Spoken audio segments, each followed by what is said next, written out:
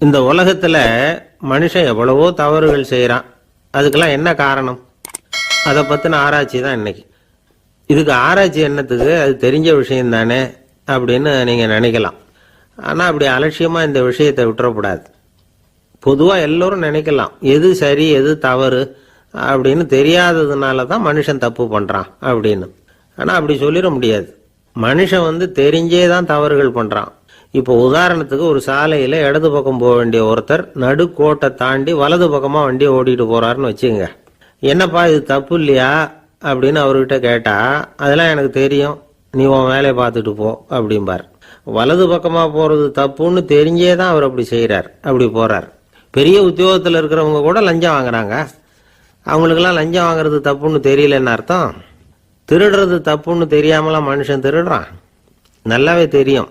நீங்க வேணும்னா கேட்டு பாருங்க, வேற வழி இல்லை அதனால தான் திருடுறேன்பா.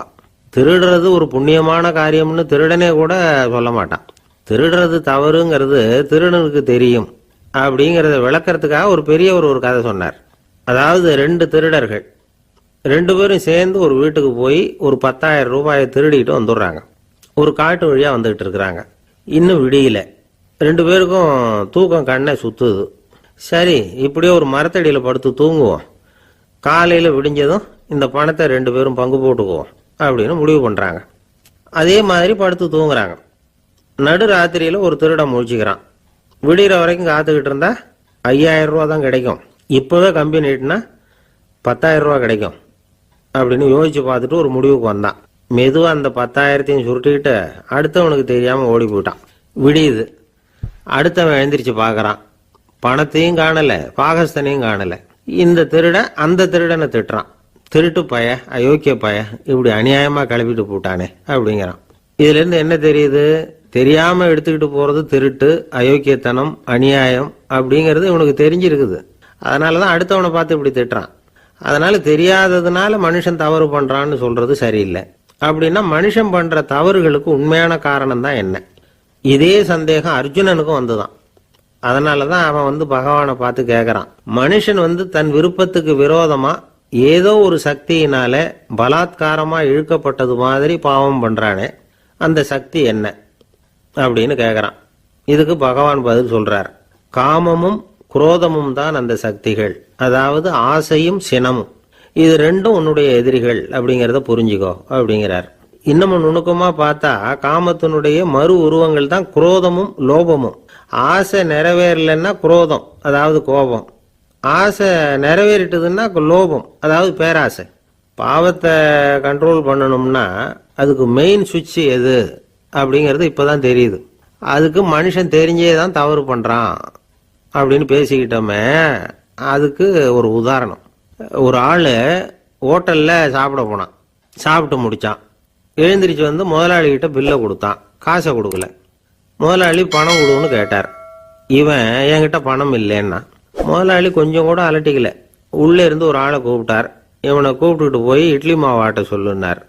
இவனும் கவலைப்படாம உள்ள போயிட்டான். அப்போ அழைச்சிட்டு போற ஆளு கேட்கறான், ஏன் சார் சாப்பிட்றதுக்கு முன்னாடி காசு இல்லைங்கிறது உங்களுக்கு தெரியாதா அப்படின்னு கேட்கறான். தெரியும், காசு இல்லைங்கிறதும் தெரியும், காசு இல்லாம சாப்பிட்டா மாவாட்டணுங்கிறதும் தெரியும் அப்படின்னா அந்த ஆள். அப்படின்னா நீங்க உங்க வீட்லயே சாப்பிட்டு இருக்கலாமே அப்படின்னு கேட்கறான் அவன். அதுக்கு இவர் சொல்றாரு, அது எப்படி? அங்க சாப்பிட்டாலும் நான் இதே வேலையை தானே செய்ய வேண்டியிருக்கும் அப்படின்னாராம்.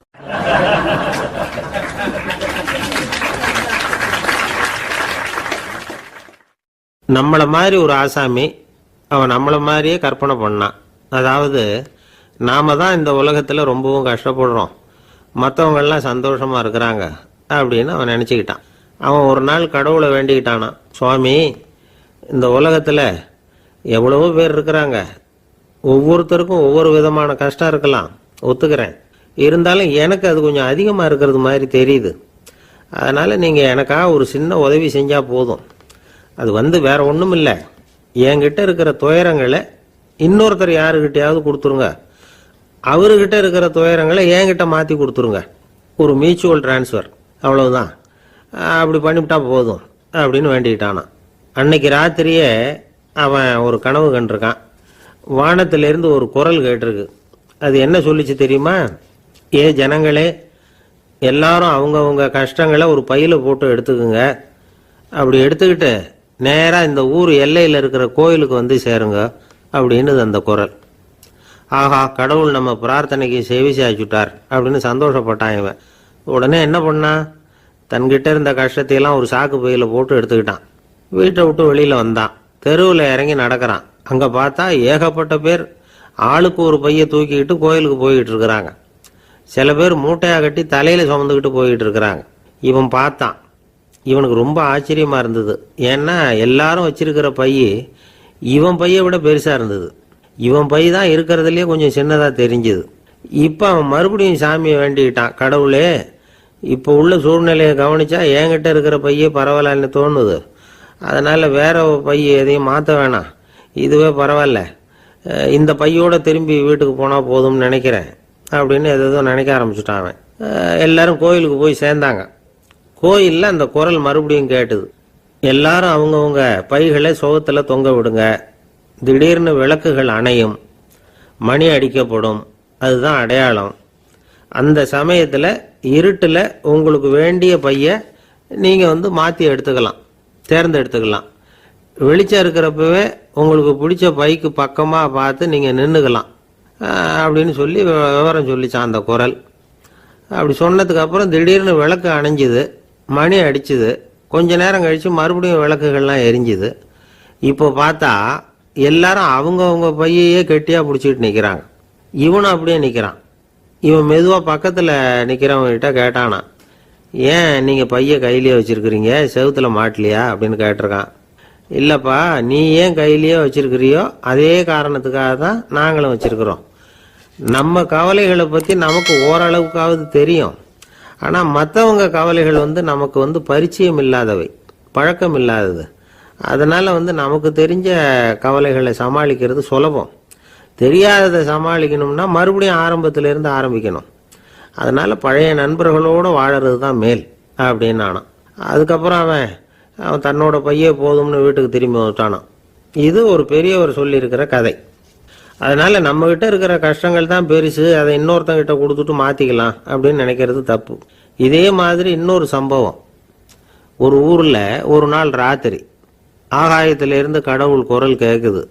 இந்த ஊரில் இருக்கிற ஜனங்கள்லாம் கொஞ்சம் கவனிங்க, உங்களுக்கு ஒரு செய்தி. அதாவது இங்கே இருக்கிற ஜனங்கள்லேயே கொஞ்சம் கூட கவலையே இல்லாத ஆள் யாருன்னு எனக்கு தெரியணும். அதனால் எல்லாரும் அவங்கவுங்க கவலைகளை ஒரு பையில் போட்டு எடுத்துக்கிட்டு கோயிலுக்கு வாங்க அப்படின்னார் கடவுள். உடனே வரிசையாக எல்லாரும் வர ஆரம்பித்தாங்க.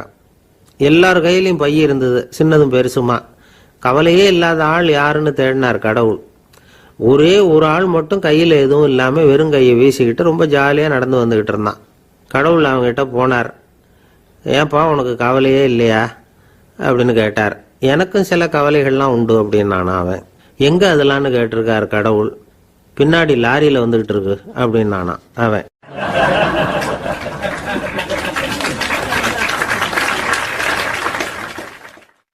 சங்கீத வித்வான்களில் பல வகை உண்டு.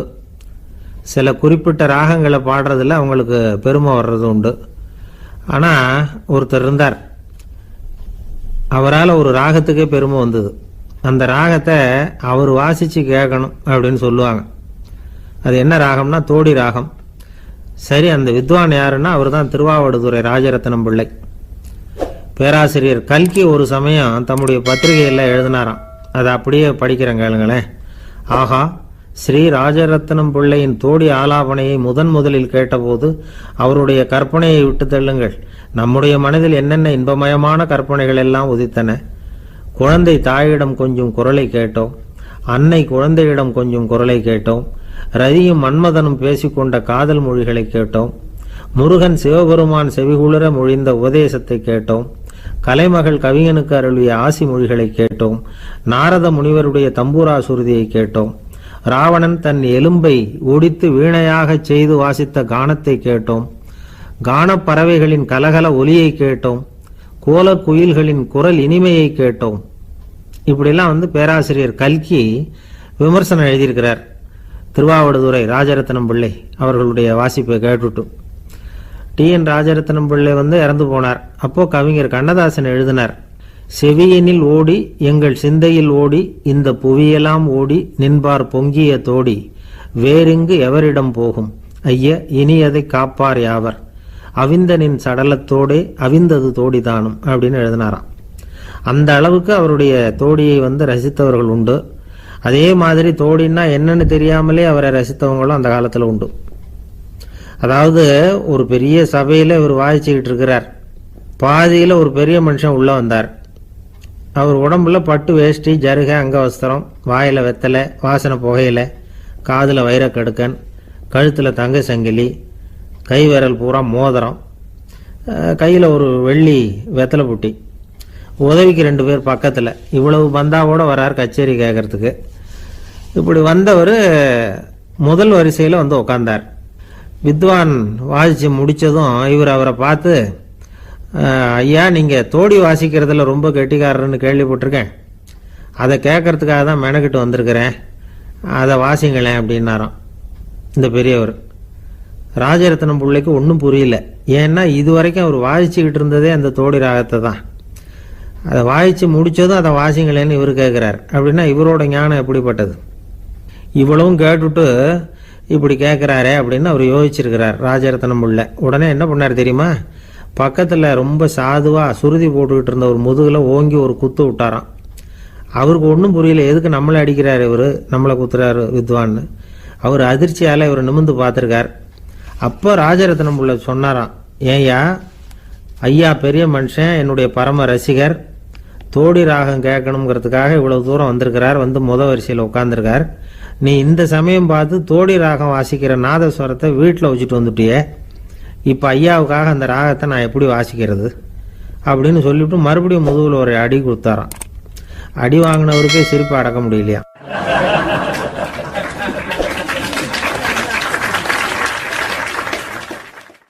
ஒரு மனுஷனை பார்த்து என்கிட்ட வாலாட்டாதே அப்படின்னு சொன்னா அவன் நம்மகிட்ட ஏதோ வம்புக்கு வர்றான்னு அர்த்தம்.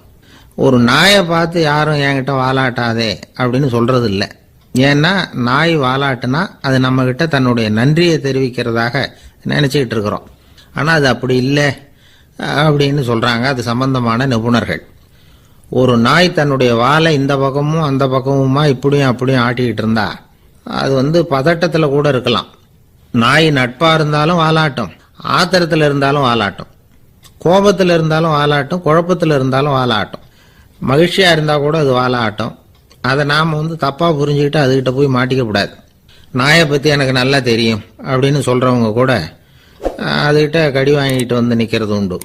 நிபுணர்கள் என்ன சொல்றாங்க தெரியுமா? எப்பவுமே நாய்கள் திடீர்னு கடிச்சு விடுறது இல்ல, கடிக்கிறதுக்கு முன்னாடி சில அறிகுறிகளை காட்டும். அதை சரியா புரிஞ்சுக்கிட்டோம்னா தப்பிச்சுக்கலாம்.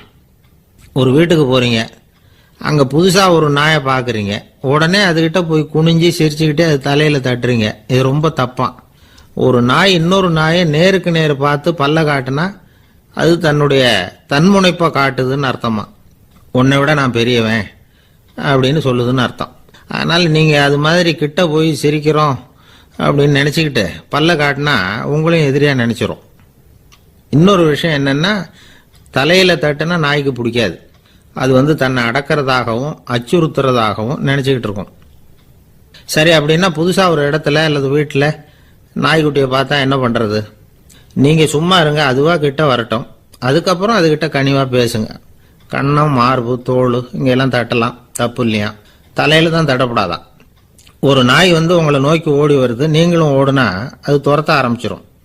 அசையாம சில மாதிரி நின்றுடுங்க, அது கிட்ட வராது, அதுக்கு ஆர்வம் இல்லாம போயிடும்.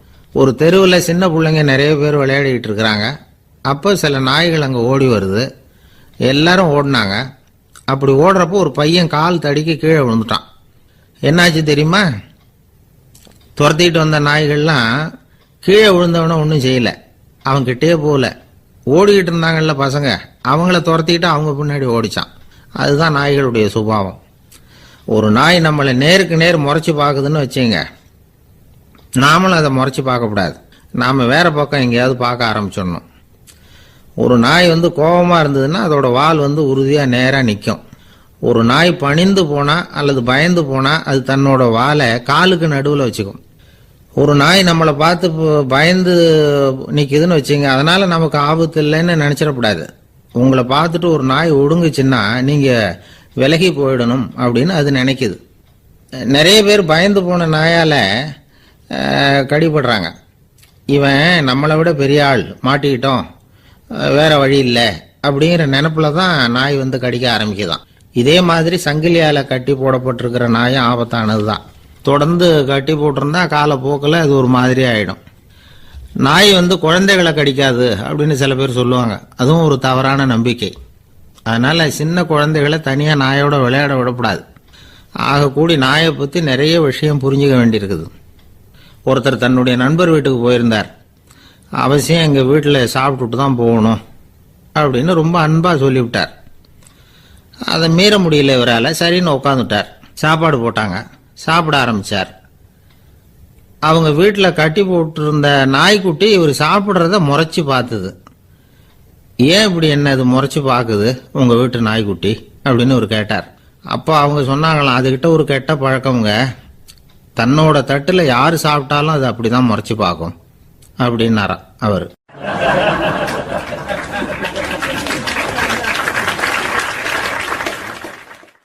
அசோக மன்னர் வந்துகிட்டு இருக்கார். அவருடைய ஆலோசகர்கள் எல்லாம் பக்கத்தில் வந்துகிட்டு இருக்கிறாங்க. அந்த சமயத்தில் எதிரில் ஒரு புத்த பிக்ஷு வர்றார். அசோகர் பார்க்குறார். ஓடி போய் அவர் காலில் விழுந்து வணங்குறார். அசோக மன்னரின் தலை அந்த புத்த துறவியின் பாதத்தில் பட்டுக்கிட்டு இருக்கு. பக்கத்தில் நின்றுகிட்டு இருந்த அமைச்சருக்கு இது ரொம்ப சங்கடமாக போச்சு. ரொம்ப வருத்தப்பட்டார். நம்ம அசோக சக்கரவர்த்தி எப்பேற்பட்டவர், அவரோட தலை ஒரு சன்னியாசியின் பாதத்தில் படுறதா அப்படின்னு நினைச்சு ரொம்ப கவலைப்பட்டார். அரண்மனைக்கு திரும்பினதும் அமைச்சர் மெதுவாக ஆரம்பிச்சார். அரசே, எனக்கு ரொம்ப வருத்தமாக இருக்குது அப்படின்னார். எதுக்குன்னார் மன்னர். அசோக சக்கரவர்த்தியின் தலை, அதாவது அந்த சிரம், ரொம்ப மதிப்புமிக்க ஒன்று. அது வந்து ஒரு சன்னியாசியின் காலில் படலாமா அப்படின்னார். அசோகர் பதில் சொல்லலை, சிரிச்சார், போயிட்டார். அதுக்கப்புறம் ஒரு சரியான சந்தர்ப்பத்துக்காக காத்துக்கிட்டு இருந்தார். ஒரு நாள் அமைச்சரை கூப்பிட்டார். எனக்கு 3 தலைகள் வேணும் அப்படின்னார். சொல்லுங்க, கொண்டுகிட்டு வரேன் அப்படின்னார் அமைச்சர். அசோகர் சொன்னார், முதல்ல எனக்கு தேவையானது ஒரு ஆட்டின் தலை, 2வது ஒரு புலியின் தலை, 3வது ஒரு மனிதனின் தலை. இதுதான் அசோகர் கேட்டது. எங்க இருந்தாலும் கொண்டு வாங்கன்னார். அமைச்சர் புறப்பட்டார். ஆட்டுத்தலை, புலித்தலை கிடைச்சிட்டுது. அப்புறமா ஒரு சுடுகாட்டுக்கு போய் ஒரு மனித தலையும் சேகரம் பண்ணிட்டு ராஜா கிட்ட வந்துட்டார். அரசே, உங்கள் ஆணைப்படி 3 தலைகளையும் கொண்டு வந்திருக்கிறேன்னார். அசோகர் பார்த்தார். ரொம்ப நல்லது, இப்போ இது 3ஐயும் எடுத்துக்கிட்டு போய் சந்தையில் வித்துட்டு வாங்க அப்படின்னார். அமைச்சர் அதுகளை எடுத்துக்கிட்டு சந்தைக்கு போனார். முதல்ல ஆட்டுத்தலை நல்ல விலைக்கு விற்று போச்சு. அது நல்ல விலை கொடுத்து வாங்கிட்டு போட்டாங்க. அடுத்தபடியாக புலி தலையை ஒருத்தர் வாங்கிட்டார். அதை பாடம் பண்ணி வீட்டில் மாட்டி வைக்கலாமே அப்படின்னு நினச்சி அதையும் வாங்கிட்டு போட்டார். மனித தலையை மட்டும் வாங்கிறதுக்கு யாரும் முன் வரலை. எல்லாரும் அதை பார்த்துட்டு விலகி போக ஆரம்பித்தாங்க. அமைச்சர் திரும்பி வந்தார். அரசே, இந்த தலையை மட்டும் யாரும் வாங்க மாட்டேங்கிறாங்க அப்படின்னார். சரி, பரவாயில்ல, இதை வந்து இலவசமாகவே இனாமாவே யாருக்கிட்டையாவது கொடுத்துட்டு வந்துருங்க அப்படின்னார். அமைச்சர் மறுபடியும் சந்தைக்கு போனார். இதை இலவசமாக தரேன், இதை வாங்கிக்கோங்க அப்படின்னார். அப்பவும் அதை யாரும் வாங்கிக்கிறதுக்கு தயாராக இல்லை. மறுபடியும் திரும்பி வந்து மன்னர்கிட்ட விவரத்தை சொன்னார். இப்போ மன்னர் சொல்றார், அமைச்சரே, உயிர் இருக்கிற வரைக்கும் தான் இந்த தலைக்கு மதிப்பு. ஜீவன் போனதுக்கு அப்புறம் அதோட மதிப்பும் போயிடுது. அதனால மதிப்பு இருக்கும் பொழுதே பெரியவர்கள் பாதம் பணிந்து அந்த புனிதத்தை வந்து பெற்றுக்கொள்ளணும் அப்படின்னார். பணிவுங்கிறது வேற, அடிமைத்தனம்ங்கிறது வேற. பெரியவர்களை பணிவது நமக்கு பெருமை தரக்கூடிய விஷயம். இதை வந்து மனசில் வச்சுக்கிட்டு எப்போ காலில் விழணும், எப்போ காலில் விழக்கூடாது அப்படிங்கிறத முடிவு பண்ணிக்கணும். ஒரு சாதாரண ஆள் நடந்து வந்துக்கிட்டு இருந்தார். எதிரில் வந்த ஒரு பெரிய மனுஷன் ஓடி போய் அவர் காலில் விழுந்து தன்னுடைய தலையை அவர் பாதத்தில் கொண்டு போய் வச்சார். கொஞ்ச நேரம் கழித்து எழுந்திரிச்சு வந்துட்டார். வந்த பிறகு இவரை கேட்டேன், ஏன் திடீர்னு ஓடி போய் அந்த ஆளு காலில் விழுந்தீங்க அப்படின்னு. அவர் போட்டிருக்கிறது என்னோட காணாம போன செருப்பான்னு கண்டுபிடிக்கிறதுக்காக அப்படி விழுந்தேன் அப்படின்னார்.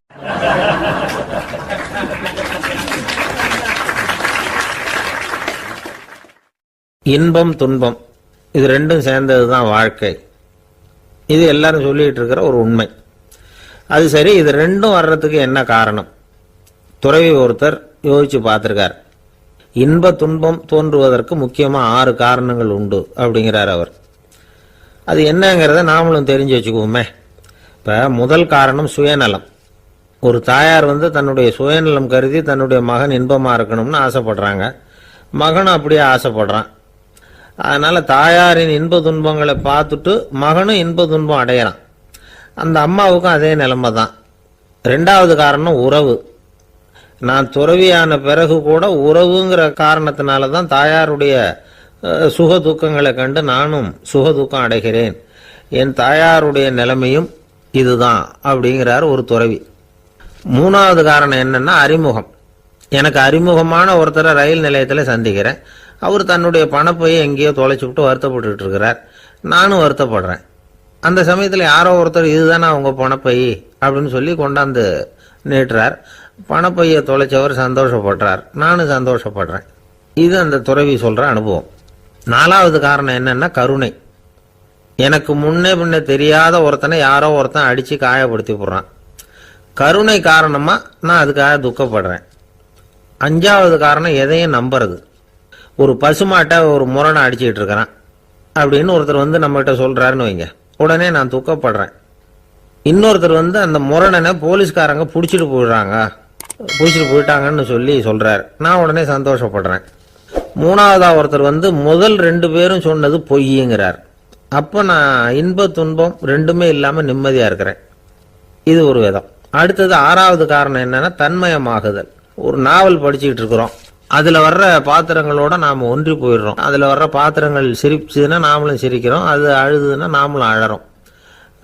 அதெல்லாம் அந்த துறவி சொல்ற அனுபவ உண்மைகள். இன்ப துன்பம் இது ரெண்டும் தோன்றுவதற்கு சுயநலம், உறவு, அறிமுகம், கருணை, எதையும் நம்புறது, தன்மயமாகிறது, இது எல்லாம் தான் முக்கிய காரணம் அப்படின்னு அவர் சொல்றார். ஆக கூடி ஒட்டு மொத்தமா யோசனை பண்ணி பார்த்தா பிற பொருள்கள் மீது பற்றுதல் காரணமா தான் நாம இன்ப துன்பம் அடையிறோம் அப்படிங்கிறத புரிஞ்சுக்க முடியுது.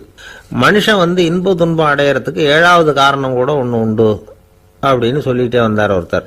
அது என்ன அப்படின்னு கேட்டோம். அதுதான் சார் இந்த நீங்க சொல்லிட்டு வர்ற இன்று ஒரு தகவல்னார். எப்படி சொல்றீங்கன்னு கேட்டோம்.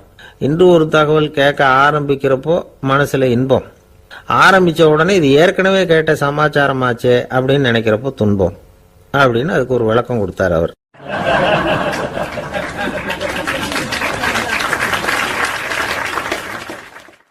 கடற்கரை ஓரமா ஒரு பெரியவர் கையால மணலை கீறிக்கிட்டே உட்காந்துருக்கிறார். என்னத்தையும் தேடிட்டு இருக்கிறது மாதிரி தெரிஞ்சுது. மெதுவா கிட்டத்துல போய் என்னத்தை தேடிட்டு இருக்கிறீங்க அப்படின்னு கேட்டோம். அவரு சாவகாசமா நிமிந்து பார்த்து நிம்மதியை தேடிட்டு இருக்கிறேன்னார். நாங்க ஒரு மாதிரி ஆயிட்டோம். இருந்தாலும் சமாளிச்சுக்கிட்டு, சார் மணல்ல கிழிஞ்சல் தான் கிடைக்கும், நிம்மதி கிடைக்காது அப்படின்னோம். சரி, இன்னைக்கு வசமா நம்ம கிட்ட ஒரு ஆள் மாட்டிக்கிட்டார் அப்படின்னு நினைச்சு அவர் பக்கமா போய் உட்காந்துக்கிட்டு கதை சொல்ல ஆரம்பிச்சிட்டோம். ஒரு பெரிய மன்னர் இருந்தார். அவருக்கு எல்லா வசதியும் இருந்தது. இருந்தாலும் ஒரே ஒரு குறை. அது என்னன்னா நிம்மதி இல்லைங்கிற குறை. அரண்மனையில தினமும் கலை நிகழ்ச்சி, நாட்டியம் எல்லாம் நடந்துகிட்டு தான் இருந்தது. இருந்தாலும் நிம்மதி இல்லை. சரி, நிம்மதி எங்க கிடைக்கும் அப்படின்னு தேட ஆரம்பிச்சார். உடனே அதுக்கான முயற்சிகள்ல தீவிரமா இறங்கினார். நாட்டில் உள்ள தத்துவ மேதைகளை எல்லாம் கூப்பிட்டுட்டு வர சொன்னார். எல்லாரும் சேர்ந்தாங்க. அவங்கள பார்த்து நிம்மதி எங்க இருக்குது அப்படின்னு விசாரிச்சார். அவங்களுக்கு அது தெரிஞ்சா ஏன் இப்படி ராஜா முன்னாடி நின்றுட்டு இருக்க போறாங்க? ராஜாவோட கேள்விக்கு ஒவ்வொருத்தரும் ஒவ்வொரு மாதிரி விளக்கம் கொடுக்க ஆரம்பிச்சிட்டாங்க. எந்த பதிலும் ராஜாவுக்கு திருப்தி அளிக்கக்கூடிய அளவுக்கு இல்லை. சரி, போயிட்டு வாங்கன்னு சொல்லி அவங்களெல்லாம் அனுப்பி வச்சுட்டார். ஒரு நாள் அவர் மாளிகையில உப்பருகையில நின்றுட்டு இருக்கிறார். அந்த சமயத்துல தெருவில் ஒரு பிச்சைக்காரன் ரொம்ப உல்லாசமா பாட்டு பாடிக்கிட்டே போய்கிட்டு இருக்கிறான். குரல்ல ஒரு சந்தோஷம், நடையில ஒரு மிடுக்கு. அவங்ககிட்ட கொஞ்சம் கூட கவலை இருக்கிறதா தெரியல. உடனே ராஜா இதை பார்த்தார். ஏவலாளிகளை கைதட்டி கூப்பிட்டார். உடனே ஓடி போய் அந்த பிச்சைக்காரனை இங்க அழைச்சிட்டு வாங்கன்னு உத்தரவு போட்டார். இவங்க உடனே ஓடி போய் அவனை கூப்பிட்டாங்க. அரண்மனைக்கு வாழ்ந்தாங்க. அவன் வரல. அரண்மனைக்குள்ள அடி எடுத்து வைக்க மாட்டேன்னு சொல்லிவிட்டான். ராஜா கிட்ட விஷயத்தை சொன்னாங்க. அவருக்கு ரொம்ப ஆச்சரியம், இப்படி ஒரு ஆள் இருக்கிறானா அப்படின்னு. சரி, அவன் என்னதான் சொல்றான் அப்படின்னு விசாரிச்சார். இவங்க மறுபடியும் தெருவுக்கு போய் கேட்டாங்க. என்னை பார்க்கணும்னா ராஜா விருப்பப்பட்டாருன்னா அவரை வேணும்னா இங்கே வர சொல்லுங்க அப்படின்னு சொல்லிவிட்டான். அதை ராஜா கிட்ட சொன்னாங்க. அவருக்கு கோபம் வரல. இவ்வளவு சுதந்திர உணர்வோடு இருக்கிறவன் சாதாரண ஆளா இருக்க முடியாது அப்படின்னு நினைச்சார். உடனே கிடுகிடுன்னு இறங்கி தெருவுக்கு வந்தார். பிச்சைக்காரங்கிட்ட போனார். நீ கவலைப்படாம சந்தோஷமா பாடிக்கிட்டு போறியே, அது எப்படி முடியுது உன்னால அப்படின்னு கேட்டார். ஏன் அப்படி கேட்குறீங்கன்னு அவன், அதுக்கு இல்லை, எனக்கு அரண்மனையில் எவ்வளவோ சுகபோகங்கள்லாம் இருக்கு, இருந்தாலும் நிம்மதி இல்லை. இது ஏன்னு எனக்கு தெரியல. இந்த தேசத்தில் உள்ள அறிஞர்களை எல்லாம் கூப்பிட்டு கேட்டு பார்த்துட்டேன், அவங்களுக்கும் தெரியல. உன்னை கேட்டால் தெரியும்னு நினைச்சேன், அதனால தான் சந்திக்கிறதுக்கு ஆசைப்பட்டேன். ஆனால் நீ வரமாட்டேன்னு விட்டியே அப்படின்னார். பிச்சைக்காரன் கடகடன்னு சிரிக்க ஆரம்பிச்சுட்டான். மகிழ்ச்சிக்கும் உங்களுக்கும் தடையா இருக்கிறது இந்த மாளிகை தான். இதை விட்டுட்டு வெளியில வந்துட்டா நிம்மதி தேடிட்டு வந்துடும்னா. நான் அரசன், எனக்குன்னு கடமைகள் இருக்கு, அதையெல்லாம் விட்டுட்டு எப்படி வர முடியும்னார் ராஜா. ரெண்டும் ஒரே நேரத்தில் கிடைக்கணுங்கிறது முடியாத காரியம். உங்க சுகபோகத்துக்கு விலையாதான் உங்க நிம்மதியை கொடுத்துக்கிட்டு இருக்கிறீங்க. என்ன பாருங்க, என்கிட்ட எதுவும் இல்லை, அதனால எதுவும் போயிடுமோங்கிற பயமும் இல்லை, நிம்மதியா இருக்கிறேன் அப்படின்னா அவன். ராஜா உடனே சந்தோஷப்பட்டு தன்னுடைய மேலங்கியை எடுத்து அவனுக்கு பரிசா கொடுத்தாரான். அவன் சிரிச்சுக்கிட்டே அதை வாங்க மாட்டேன்னு விட்டானான். இதை நீங்க எனக்கு கொடுக்கறதுனால எந்த பயனும் இல்லை, அதே நேரத்தில் அதை வாங்கிக்கிட்டேன்னா அடுத்த வினாடியிலிருந்து அதை எப்படி காப்பாத்துறதுங்கிற கவலை எனக்கு வந்து சேர்ந்துடும், அப்புறம் தூக்கம் வராது, நிம்மதி போயிடும் அப்படின்னானா. சொல்லிவிட்டு அவன் பாட்டுக்கு சந்தோஷமா பாடிக்கிட்டே போயிட்டான். நிம்மதி எங்க இருக்குங்கிறதையும் ராஜா தெரிஞ்சுக்கிட்டார். அந்த இடத்துக்கு தன்னால போக முடியாதுங்கிறதையும் அவர் புரிஞ்சுக்கிட்டார். இப்படி இந்த கதையை அந்த கடற்கரையில மணலை கீறிக்கிட்டே உட்காந்துருந்தார அந்த பெரியவர்கிட்ட சொல்லி முடிச்சோம். அவர் முகத்துல ஒரு தெளிவு தெரிஞ்சது. எங்களை நிமிர்ந்து பார்த்தார். ரொம்ப நன்றிங்க, இப்ப எனக்கு தெரிஞ்சு போச்சு, நிம்மதி வேணும்னா அதுக்கு என்ன பண்ணணும்னு இப்ப நல்லா புரிஞ்சுக்கிட்டேன் அப்படின்னார். என்ன புரிஞ்சுக்கிட்டீங்கன்னு கேட்டோம். இனிமே இந்த பக்கம் வந்தா உங்க கண்ணுல படாத இடமா பார்த்து உட்காரணும்னு புரிஞ்சுக்கிட்டேன் அப்படின்னார்.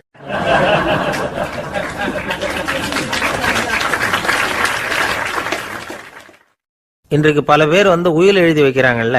இந்த உயில்னா என்ன? அதாவது ஒரு நபர் தனக்கு பின்னாடி தன்னுடைய சொத்துக்கள் யாருக்கு போய் சேரணும்னு நினைக்கிறாரோ அந்த நினைப்பை சட்டப்படி உறுதிப்படுத்துறது தான் உயில். சரி, உயிலை யார் எழுதலாம்? 18 வயசு பூர்த்தியான யாரும் உயில் மூலமா சொத்துக்களை விநியோகிக்கலாம். கண் பார்வை இல்லாதவங்க, காது கேளாதவங்க, வாய் பேச முடியாதவங்க, இவங்கெல்லாம் கூட உயில் எழுதி வைக்கலாம். புத்தி சுவாதீனம் இல்லாதவங்க கூட சில சமயம் புத்தி தெளிவா இருந்தா உயில் எழுதலாமா. குடிபோதையில் இருக்கிறவங்க, தாங்கள் என்ன செய்யறோங்கிறது தெளிவா அறிய முடியாதவங்க, நோய் நொடியில் இருக்கிறவங்க, இவங்கெல்லாம் உயில் எழுத முடியாது. ஒருத்தரை நிர்பந்தப்படுத்தி ஏமாத்தி அல்லது சுய நினைவில்லாத ஒருத்தர்கிட்ட எழுதி வாங்கி வைக்கிற உயில் செல்லாது.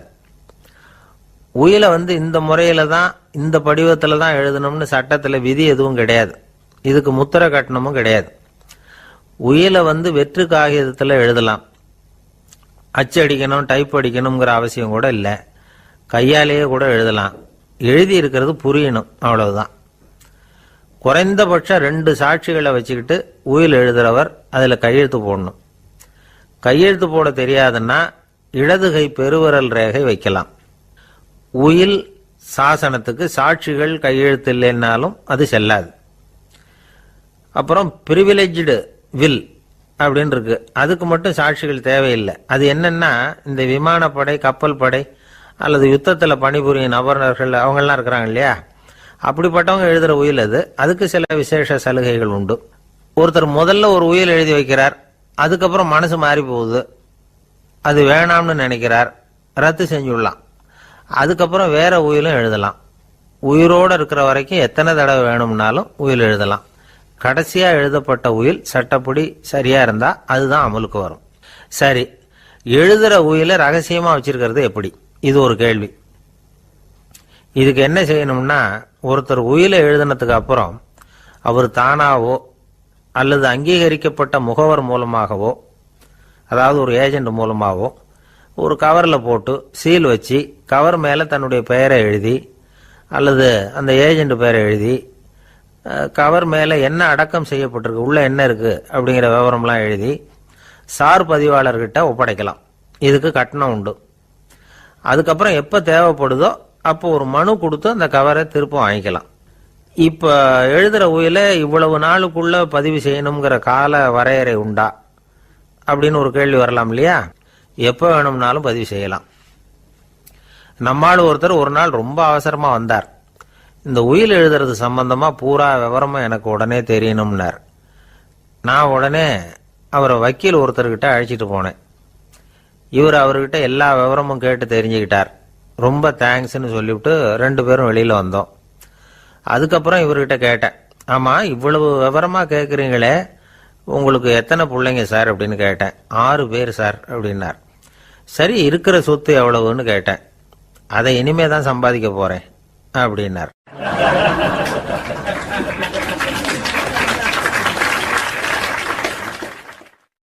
வயிறு பசிக்குதேங்கிறது சிலரோட கவலை, வயிறு பசிக்க மாட்டேங்குதே அப்படிங்கிறது சில பேரோட கவலை. 2 விதமான கவலைக்கும் வயிறு தான் காரணமாக இருக்குது.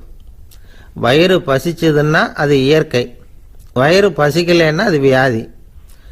ஆனால் பசியையும் நாம் பசிப்பிணி அப்படின்னு தான் சொல்லுவோம். என்ன காரணம்? வியாதியை போக்க வேண்டியது எவ்வளவு முக்கியமோ அதை விட முக்கியம் பசியை போக்க வேண்டியது. ஒரு சமுதாயத்தில் பசிப்பிணியே இருக்கக்கூடாது, அதுதான் நல்ல சமுதாயம். பசியை போக்கணும்னா சாப்பாடு போடணும், பசியின்மையை போக்கணும்னா வைத்தியம்தான் பண்ணணும். இது சம்பந்தமாக எவ்வளவோ ஆராய்ச்சிகள் நடக்குது, நிறைய மருந்து கண்டுபிடிச்சிருக்கிறாங்க. நம்ம உடம்புல பசியை தூண்டக்கூடிய பகுதி எது, இதை முதல்ல தெரிஞ்சுக்கணும் இல்லையா? நாம் சாப்பிட்ற ஆகாரம் செரிக்கிறதுக்கு எது காரணம் தெரியுமா? நம்ம மூளையோட பின்பகுதி தான் அதுக்கு காரணமாக இருக்குதாம். மூளையின் பின்பகுதியில் நரம்பு செல்களால் ஆன 2 வகையான ஆரக்சின்கள் தான் பசியை உண்டாக்குது அப்படின்னு கண்டுபிடிச்சிருக்கிறாங்க. 2 ஆய்வாளர்கள் இதை கண்டுபிடிச்சிருக்காங்க. அவங்க 2 பேரும் டெக்சாஸ் பல்கலைக்கழகத்தில் ஹார்வர்டு ஹக்ஸ் மருத்துவ கல்வி நிலையத்தில் பணிபுரிகிறவங்களாம். உண்பது தேவைங்கிறது உணரப்படும் போது மூளையின் அந்த குறிப்பிட்ட பகுதி ஆரக்சின் அப்படிங்கிற ஹார்மோன்களை சுரக்கும். அது பசி உணர்வை தூண்டும் அப்படிங்கிறது தான் அந்த ஆய்வாளர்களின் கண்டுபிடிப்பு. இந்த ஆரக்சின் வேறு சில உயிரினங்கள்லேயும் உண்டு. இப்போ எலிகளில் கூட இது இருக்குது. அதனால் எலிகளை வச்சு இது சம்பந்தமாக ஆராய்ச்சி பண்ணாங்க. எலிகள் உடம்புல ஆரக்சினை செலுத்தி பார்த்தாங்க. உடனே என்னாச்சு தெரியுமா? அந்த எலியெல்லாம் பசியால் துடிக்க ஆரம்பிச்சுட்டுது. எதையாவது தின்னு பசியை தீர்த்தா போதுங்கிற அளவுக்கு அந்த எலிகள்லாம் அல்லாட ஆரம்பிச்சுட்டுது. இயல்பாக சாதாரணமாக அந்த எலிகள் எவ்வளவு சாப்பிடுமோ அது மாதிரி 8 முதல் 10 மடங்கு அதிகமான ஆகாரத்தை 1 மணி நேரத்துக்குள்ளே சாப்பிட்டு தீர்த்துட்டு தான். சில எலிகளின் மூளையில் இந்த ஆரக்சின் அளவை கட்டுப்படுத்தி பார்த்துருக்குறாங்க. உடனே என்னாச்சு தெரியுமா? அதெல்லாம் சாப்பாட்டை கண்டா முகத்தை திருப்பிட்டு போக ஆரம்பிச்சுட்டு தான். அந்த எலிகளுக்கு பசி எடுக்கலையா. இந்த ஆராய்ச்சியின் அடிப்படையில் பசியை எடுக்காமல் இருக்கிற மனிதர்களுக்கும் பசியை தூண்ட முடியும் அப்படின்னு சொல்லி ஆராய்ச்சியாளர்கள் தெரிவிச்சிருக்கிறாங்க. ஆக ஆரக்சின் தான் பசிக்கு காரணம்ங்கிறது தெரிஞ்சு போச்சு. சரி, இந்த ஆரக்சின் அப்படின்னா என்ன? அது ஒரு கிரேக்க சொல். அதுக்கு பசின்னு அர்த்தம். நம்ம ஆளுங்களுக்கெல்லாம் பசியை தூண்டுறதுக்கு மருந்து தேவையில்லை, பசியை குறைக்கிறதுக்கு தான் மருந்து தேவை. ஒரு அம்மா டாக்டரை தேடி வந்தாங்களாம்.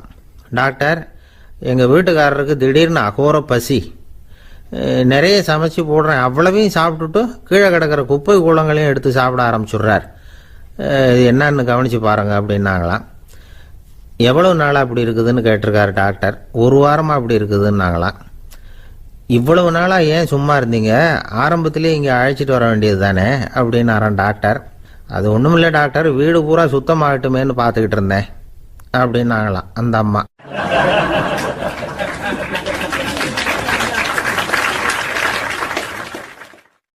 உங்கள் மேலே எனக்கு அளவு கடந்த அன்பு அப்படின்னு யாராவது சொன்னால் அதை அலட்சியமாக நினச்சிடக்கூடாது. அது கொஞ்சம் சீரியஸான விஷயம். அளவுக்கு மிஞ்சினா எதுவுமே இடைஞ்சல் தானே. அன்பும் அப்படிதான். அன்பு அதிகமாக இருந்தால் அது எப்படி கெடுதல் பண்ணும் அப்படிங்கிற சந்தேகம் உங்களுக்கு வரலாம். தசரதன் கதை என்னாச்சு? கைகேயி மேலே வச்சு அளவு கடந்த அன்பு ராமன் காட்டுக்கு போறாப்புல ஆயிட்டுதுல்ல. தசரதன் எப்பேற்பட்ட அரசன். விஸ்வாமித்திரர் சொல்றார், என்ன மாதிரி முனிவர்களுக்கும் தேவர்களுக்கும் ஏதாவது கஷ்டம் வந்தால் முதல்ல முருகன் கிட்ட போவோம், அப்புறம் பரமசிவனை போய் பார்ப்போம், அதுக்கப்புறம் திருமால்கிட்ட போவோம், அப்புறம் பிரம்மன் இந்திரன் இவங்களையெல்லாம் போய் பார்ப்போம், இவங்களாலையெல்லாம் முடியலன்னா கடைசியில் அயோத்திக்கு வருவோங்கிறார். உன்னை விட்டா வேற கதி உண்டோ அப்படின்னு தசரதனை பார்த்து விஸ்வாமித்திரரே சொல்றார். அப்பேற்பட்ட அரசன் தசரதன் கைகேயி காலில் விழறான். உன் பாதங்களை தொட்டு கெஞ்சி கேட்டுக்கிறேன், ராமனை காட்டுக்கு அனுப்பாதேங்கிறான். தசரதனுடைய இந்த நிலைமைக்கு என்ன காரணம்? அவன் கைகேயி மேலே வச்ச அளவு கடந்த அன்பு தான் காரணம். இப்ப சொல்லுங்க, அன்பா இருந்தாலும் அது அளவுக்கு மீறி போனா கெடுதல் பண்ணுமா பண்ணாதா? அது மட்டும் இல்ல, அளவு கடந்த அன்பு நீதிக்கும் நியாயத்துக்கும் புறம்பான காரியங்களையும் செய்ய வச்சிரும். தசரதன் மிகச்சிறந்த நீதிமான், தர்மத்துக்கு விரோதமா ஒரு காரியமும் செய்யாதவன். அப்பேற்பட்டவன் தன்னுடைய மனைவியை பார்த்து என்ன சொல்றான் தெரியுமா? உனக்காக நான் என்ன செய்யணும் சொல்லு, செய்யறேன். ஒரு குற்றமும் செய்யாத ஒருத்தனை கொல்லணுமா கொல்றேன். மரண தண்டனை விதிக்கப்பட்ட ஒருத்தனை விடுதலை செய்ய சொல்றியா செய்யறேன். எந்த பிச்சைக்காரனையாவது கோடீஸ்வரனாக சொல்றியா ஆக்குறேன். அல்லது கோடீஸ்வரனை பிச்சைக்காரன் ஆக்கணுமா ஆக்குறேன் அப்படிங்கிறான். நீதிக்கு விரோதமான இந்த பாவங்களை செய்யறதுக்கு அப்பேற்பட்ட அரசன் எப்படி துணிஞ்சான்? மனைவி பேர்ல வச்ச அளவு கடந்த அன்புதான் காரணம். திரிசூலம், வஜ்ராயுதம், வாள் இதுகளால தாக்கப்பட்டா கூட அதையெல்லாம் கொஞ்சம் கூட லட்சியம் பண்ணாத ஒருத்தன் காமதேவனுடைய மலர் அம்புகள் தாக்குனா அதை அவனால தாக்கு பிடிக்க முடியல, விழுந்துடுறான். காமதேவனுக்குள்ள மகிமையே அதுதாங்கிறார் துளசிதாசர். அதனாலதான் பெரியவங்கள்லாம் என்ன சொல்றாங்கன்னா, எதையும் அளவுக்கு மீறி செய்யாதேங்கிறாங்க. அப்பா, அம்மா, மனைவி, மக்கள் எல்லார் பேர்லயும் அன்பு அவசியம்தான். ஆனா அந்த அன்பு அறிவுக்கு புறம்பா இருக்கக்கூடாது, அளவுக்கு மீறி இருக்கக்கூடாது. அப்பதான் வாழ்க்கை சுகமா இருக்கும். இல்லைன்னா அவஸ்தை தான். அளவுக்கு மீறின அன்புங்கிறது புரியுது, அது சரி. அறிவுக்கு புறம்பான அன்புங்கிறது எப்படி? ஒரு தாய்க்கு ஜலதோஷம் அல்லது ஏதோ ஒரு தொற்று நோயின்னு வச்சுங்களேன். அந்த அம்மாவுக்கு தன்னுடைய குழந்தை பேர்ல அளவு கடந்த அன்பு. தனக்கு நோய் இருக்கு, அது அடுத்தவங்களுக்கு தொற்றக்கூடியது அப்படின்னு தெரிஞ்சிருந்தோம் அன்பை காட்டுறதுக்காக அந்த குழந்தைக்கு முத்தம் கொடுக்குறேன்னு தூக்கி வச்சுக்கிட்டு கொஞ்சம் ஆரம்பிச்சதுன்னு வச்சுக்கோங்க, அது நல்லா இருக்குமா? இதுதான் அறிவுக்கு புறம்பான அன்புங்கிறது. அது மாதிரி விலங்குகள்கிட்ட அன்பாயிருன்னு சொல்றோம். அதுக்காக புலிக்கு முத்தம் கொடுக்க முடியுமா? அப்படி கொடுத்தா அது அறிவுக்கு புறம்பான அன்பு. அதனால அன்பு கூட அறிவுபூர்வமா இருக்கணும் அப்படிங்கிறத இன்னைக்கு தகவல் மூலமா நாம புரிஞ்சுக்கணும். இந்த காலத்து காதலன் தன்னுடைய காதலிகிட்ட சொன்னானாம், இதை பாரு, உன் பேர்ல எனக்கு அளவு கடந்த அன்பு, உனக்காக என்ன செய்யணும் சொல்லு செய்யறேன். நெருப்புல நடக்கணுமா நடக்கிறேன், நீர்ல குதிக்கணுமா குதிக்கிறேன், உயிரையே கொடுக்கணுமா கொடுக்கறேன் அப்படின்னா. சரி, வர்ற ஞாயிற்றுக்கிழமை சாயந்தரம் 6 மணிக்கு இதே இடத்துக்கு வாங்க அப்படின்னு அந்த பொண்ணு. இவன் கொஞ்சம் யோசனை பண்ணி பார்த்துட்டு, அன்னைக்கு மழை பெய்யாம இருந்தா வந்துடுறேன் அப்படின்னானா. ஒரு பெரிய அரசன் இந்த உலகம் பூராவையும் ஆண்டுகிட்டு இருந்தான். ரொம்ப காலம் அப்படி அரசாட்சி பண்ணிக்கிட்டு இருந்தான். திடீர்னு அவனுக்கும் சில எதிரிகள் முளைச்சாங்க. அவங்கெல்லாம் ஒன்று சேர்ந்து இவனை தோற்கடிச்சுட்டாங்க. தோத்து போனது இவனுக்கு பயம் வந்துட்டுது, எங்கே எதிரிகள் நம்ம கொண்டுடுவாங்களோ அப்படின்னு. வெளியில் வந்தால் தனக்கு ஆபத்துன்னு பயந்துக்கிட்டு யாருக்கும் தெரியாமல் ஒரு குகைக்குள்ளே போய் பதுங்கி கிடக்கிறான். நிலைமையை பாருங்க. முதல் நாள் அரண்மனையில் அதிகாரம் பண்ணிக்கிட்டு இருந்தவன் மறுநாள் குகையில் பயந்து போய் பதுங்கி கிடக்கிறான். ராத்திரி நேரம் வந்தது, பசி வயத்தை கிள்ளுது, பிச்சை எடுத்து சாப்பிட வேண்டிய நிலைமை. பிச்சை எடுக்கிறதுக்கு பாத்திரம் வேணுமே, என்ன பண்ணுறது அப்படின்னு அங்கேயும் இங்கேயும் பார்க்குறான். ஒரு மூலையில் யாரோ விட்டுட்டு போன ஒரு ஓடு கிடக்குது. அதை எடுத்துக்கிட்டு புறப்பட்டான். இருட்டில் வழி புரியல. ஏதோ ஒரு யூகத்தில் காலை மெதுவாக எடுத்து வச்சு நடந்து போய்கிட்டு இருக்கிறான். வழியில் ஒரு கருப்பு நாய் படுத்து கிடந்தது. இருட்டில் அவன் இது கண்ணுக்கு சரியாக தெரியல, அவனுக்கு தவறி போய் காலை வச்சுட்டான். அது மேலே நாய் சும்மா இருக்குமா, வள்ளுன்னு விழுந்து கடிச்சு விட்டுது. காலை பார்க்குறான், காலத்தையும் நினச்சி பார்க்குறான். அரண்மனையில் வீரக்கழல் அணிந்த காலை உடைய மன்னா அப்படின்னு புகழ்வாங்களே புலவர்கள்லாம். ஆனால் அது இன்னைக்கு நாய் கடித்த காலம் ஆயிட்டுதே அப்படின்னு நினைக்கிறான். அது மட்டும் இல்லை, முன்னாடி எல்லாம் பொற்கிண்ணங்களில் தான் அவன் சாப்பிடுவான். ஆனால் இப்போ உடஞ்சி போன ஓட்டு, அது ஓட்டை கையில் வச்சுக்கிட்டு நிற்கிறான். அதில் ஏதாவது யாராவது சாப்பாடு போடுவாங்களான்னு. முன்னாடியெல்லாம் நிறைய பேர் அரண்மனைக்கு வருவாங்க, அரசருக்கு காணிக்கைன்னு சொல்லி இவன் காலடியில் கொண்டாந்து கொட்டுவாங்க. அப்போலாம் இவன் அந்த ஜனங்களுடைய முகத்தை திரும்பி கூட பார்க்கறது இல்லை, ரொம்ப கர்வமாக உட்காந்துருப்பான். அதே ஆள் இன்னைக்கு எல்லார் கண்ணுலையும் படுறது மாதிரி பிச்சை எடுத்துக்கிட்டு இருக்கிறான். அப்போலாம் காணிக்கைகளை தன்னுடைய கையால் வாங்குறது தனக்கு கௌரவ குறைச்சல்னு நினச்சி தன்னுடைய வேலைக்காரங்களை விட்டு தான் அதை வாங்க சொல்லுவான். இப்போ பார்த்தீங்கன்னா அவனே தன் கையாலேயே பிச்சை வாங்குறான். நினச்சி பாருங்க, அந்த மனுஷன் நாள் அரசன், மறுநாள் பிச்சைக்காரன், எவ்வளவு வித்தியாசம். செல்வம் தான் இப்படி ஒரு வித்தியாசம் ஏற்படுறதுக்கு காரணம். அப்படிப்பட்ட செல்வம் வாழ்க்கையை நடத்துறதுக்கு நமக்கு தேவைதான். ஆனால் அதையே நாம் அடைய வேண்டிய பயனா நினைக்கிறோம் பாருங்க, அதுதான் வேடிக்கை. இதை நம்மாழ்வார் அழகா ஒரு பாசுரத்தில் சொல்றார். ஒரு நாயகமாய் ஓட உலகுடன் ஆண்டவர், கருணாய் கவர்ந்த காலர், சிதைகிய பானையர், பெருநாடு காண இம்மையிலே பிச்சைதாம் கொள்வர், திருநாரணன் தாழ் காலம் பெற சிந்தித்து உய்மினோ அப்படிங்கிறார் நம்மாழ்வார். ஒரு பெரிய பணக்காரர் ஒரு துறவிகிட்ட போய், சாமி என்கிட்ட நிறைய பணம் இருக்கு, இருந்தாலும் நிம்மதி இல்லை, என்னால் நிம்மதியாக இருக்க முடியல, என்ன காரணம்னு கேட்டாராம். உடனே அந்த துறவி இதுக்கு நேரடியாக பதில் சொல்லாமல் பக்கத்தில் நின்றுக்கிட்டு இருந்த ஒரு குழந்தைய கூப்பிட்டார். அது ஓடியாந்தது. ஒரு ஆப்பிள் பழத்தை எடுத்து அது கையில் கொடுத்தார். அதை வாங்கிக்கிட்டு குழந்தை சிரிச்சுது. இன்னொரு பழத்தை எடுத்து கொடுத்தார். அதை இன்னொரு கையில் வாங்கிட்டு சிரிச்சுது. மூணாவது ஆப்பிள் எடுத்து கொடுத்தார். 2 பழத்தையும் நெஞ்சில் அணைச்சிக்கிட்டு 3வது பழத்தையும் வாங்கிறதுக்கு முயற்சி பண்ணிச்சு. ஆனால் அது உடனே நழுவி கீழே விழுந்து உருண்டு ஓடிச்சு. ஏற்கனவே இருந்ததும் விழுந்துட்டுது. இப்போ அந்த குழந்தை அழ ஆரம்பிச்சுட்டுது. இப்போ அந்த துறவி பணக்காரர்கிட்ட சொன்னாராம், குழந்தைய கவனிச்சியா, 2 ஆப்பிள் போதும்னு அது நினைச்சிருந்தா இப்போ அது அழ வேண்டிய அவசியம் வந்திருக்குமா அப்படின்னாராம். எதுவுமே அளவுக்கு மிஞ்சினா துன்பம்தான். இந்த காலத்தில் இதெல்லாம் யாரு காதில் வாங்குறாங்க? ஒருத்தனை நல்ல வழிக்கு கொண்டு வரணும்னு நினைச்சு அவனை கூப்பிட்டு உட்கார வச்சு இந்த கதையை சொல்லிட்டு இருந்தாங்க. சொல்லிவிட்டு அந்த குழந்தை செஞ்சது தப்பு தானே அப்படின்னு கேட்டிருக்கிறாங்க. ஆமாம், தப்பு தான், நானா இருந்தா அப்படி செஞ்சிருக்க மாட்டேன் நானா இவன். 2 பழமே போதும்னு சொல்லியிருப்பியா அப்படின்னு கேட்டிருக்காங்க. அப்படி இல்லைங்க, அவர் கொடுக்க கொடுக்க ஒவ்வொரு பழமா வாங்கி பின்னாடி வச்சுட்டு மறுபடியும் கையை நீட்டுவேன் அப்படிங்கிறானா. இவெல்லாம் எந்த காலத்துல திருந்துறது?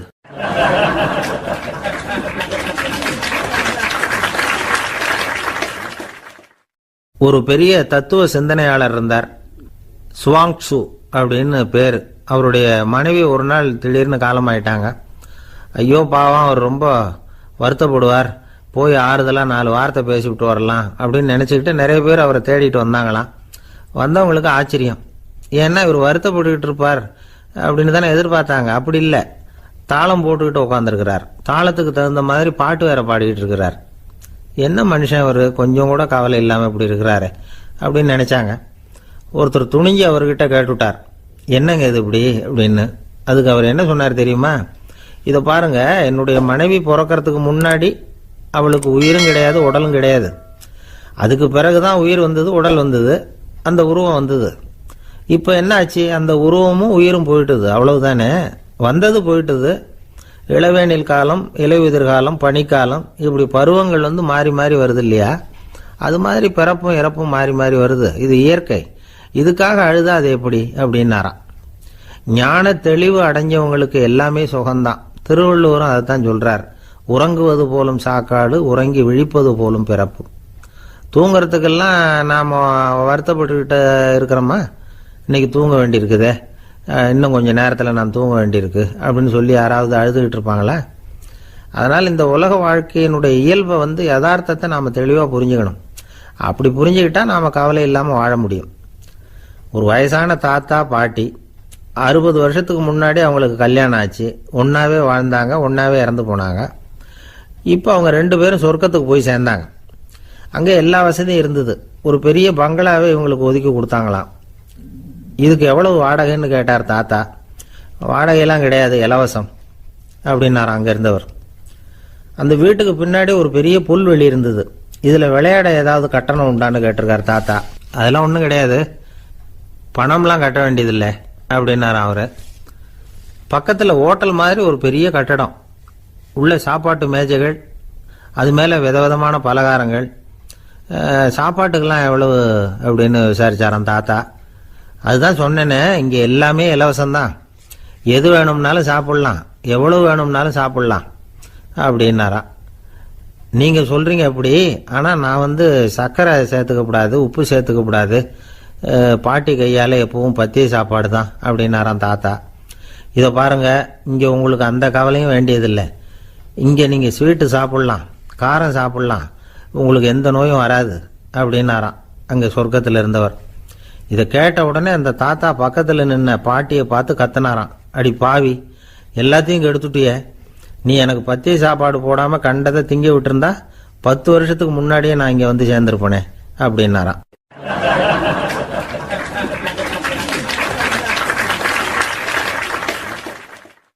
ஒரு சன்னியாசி, அவர் ஒரு நாள் ஒரு கனவு கண்டாராம். அந்த கனவுல அவர் சொர்க்கத்துக்கு போறார். அங்கே ஒரு பெரிய திருவிழா நடந்துகிட்டு இருக்குது. எங்கே பார்த்தாலும் அலங்கார வளைவுகள், வண்ணமயமான விளக்குகள், பாதைகள் பூரா மலர்கள், எல்லா கட்டடங்களும் ஒளிமயம். அவ்வளவு கோலாகலமா பிரம்மாண்டமா அந்த திருவிழா நடந்துகிட்டு இருக்குது. அது என்ன திருவிழாங்கிறது இந்த சன்னியாசிக்கு புரியல. அங்க எதிரில் வந்துகிட்டு இருந்த ஒருத்தரை நிறுத்தி, என்ன விசேஷம் இங்க அப்படின்னு விசாரிச்சாராம். உனக்கு தெரியாத விஷயம், இன்னைக்கு இறைவனுக்கு பிறந்த நாள், அதை தான் எல்லாரும் சேர்ந்து கொண்டாடுறோம். இதுக்காக பிரம்மாண்டமான ஊர்வலம் ஒன்று வரப்போகுது. இறைவனே அந்த ஊர்வலத்தில் கலந்துகிறார் அப்படின்னார் அவர்.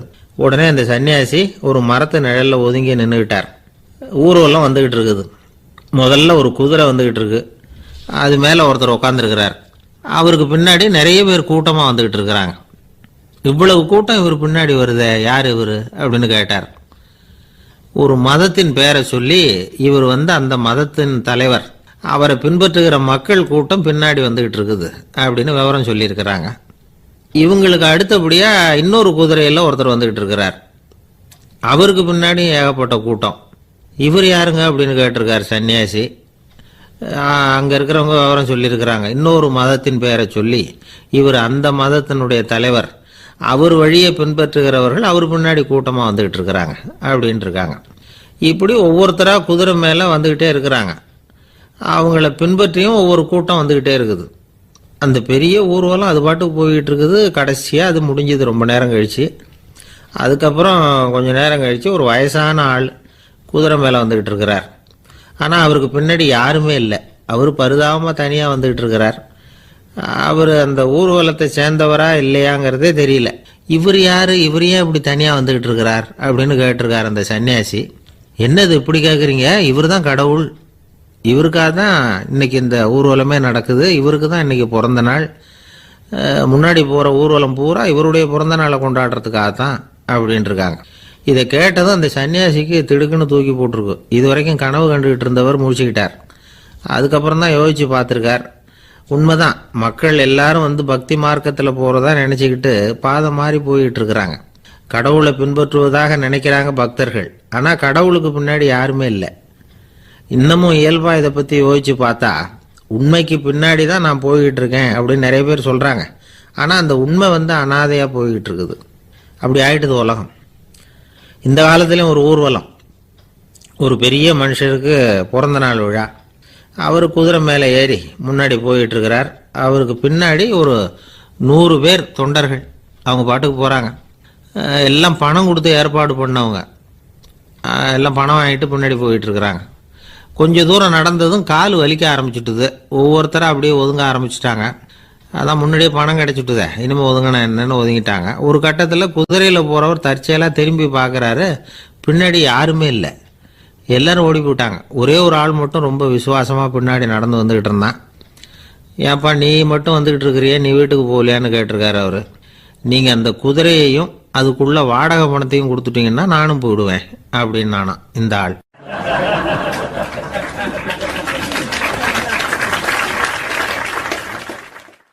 ஒரு ஊரில் ஒரு ஆள் இருந்தான்.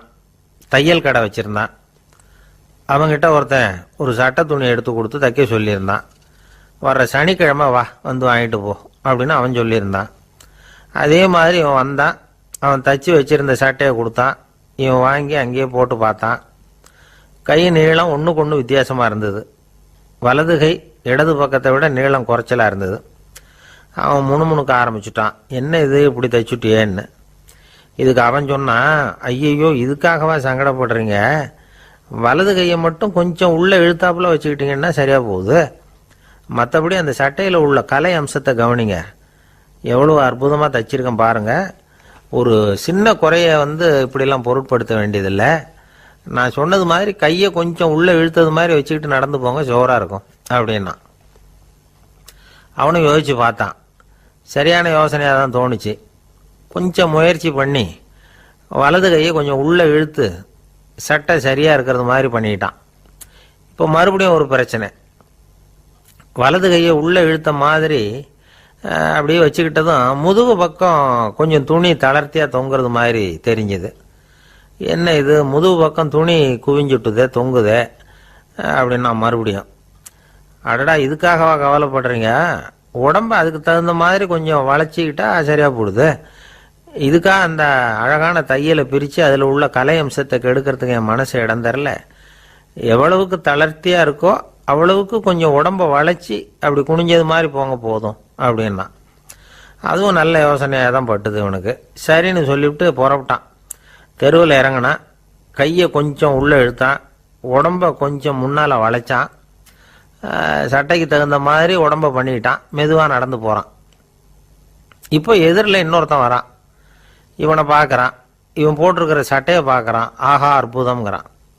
சும்மா சொல்லக்கூடாது, ரொம்ப நல்லா இருக்குது. நிச்சயமாக இது இந்த ஊர் மேலே தெருவில் இருக்கிற ஒருத்தன் இருக்கானே, அவன் தைச்சதாக தான் இருக்கணும் அப்படின்னா. இதை கேட்டதும் அவனுக்கு ஆச்சரியம். எப்படி அவ்வளவு கரெக்டாக கண்டுபிடிச்சிங்க அப்படின்னு கேட்டிருக்கான். இதுக்கு அந்த வழிபோக்கன்னு சொன்னானா, அவன் ரொம்ப கெட்டிக்காரன். உங்களை மாதிரி உடம்பும் கையும் வளைஞ்சு போன ஒரு ஆசாமிக்கு அவனை தவிர வேற யாராலேயும் இவ்வளவு பொருத்தமான ஒரு சட்டையை தைக்க முடியாது அப்படின்னானா. பாருங்க, அவனுக்காக இவன் அனுசரிக்க போய் இவனோட நிலைமை எப்படி ஆயிட்டுது பாருங்க. இதே மாதிரி தான் சில சடங்குகளும் சம்பிரதாயங்களும் நம்மளை கோமாளி ஆக்கி விட்டுரும். எதுவாக இருந்தாலும் அதில் அறிவுபூர்வமான அணுகுமுறை அவசியம். ஒரு நர்ஸ் அவசரமாக ஓடி டாக்டர்கிட்ட சொல்லிச்சான், டாக்டர் ஒரு தப்பு நடந்து போச்சு, 10ஆம் நம்பர் பெட்டில் இருக்கிற பேஷண்ட்டுக்கு காலில் ஆப்ரேஷன் பண்ணுறதுக்கு பதிலாக கையில் ஆப்ரேஷன் பண்ணி விட்டீங்க. கை ஆப்ரேஷன் பண்ணிக்க வேண்டிய ஆள் 7ஆம் நம்பர் பெட்டில் இருக்கார் அப்படின்னு தான். அதுக்கு இவர் பதட்டப்படாமல் சொன்னாராம், பரவாயில்ல, இவரை தூக்கி 7ஆம் நம்பர் பெட்டில் போட்டுரு அப்படின்னாராம்.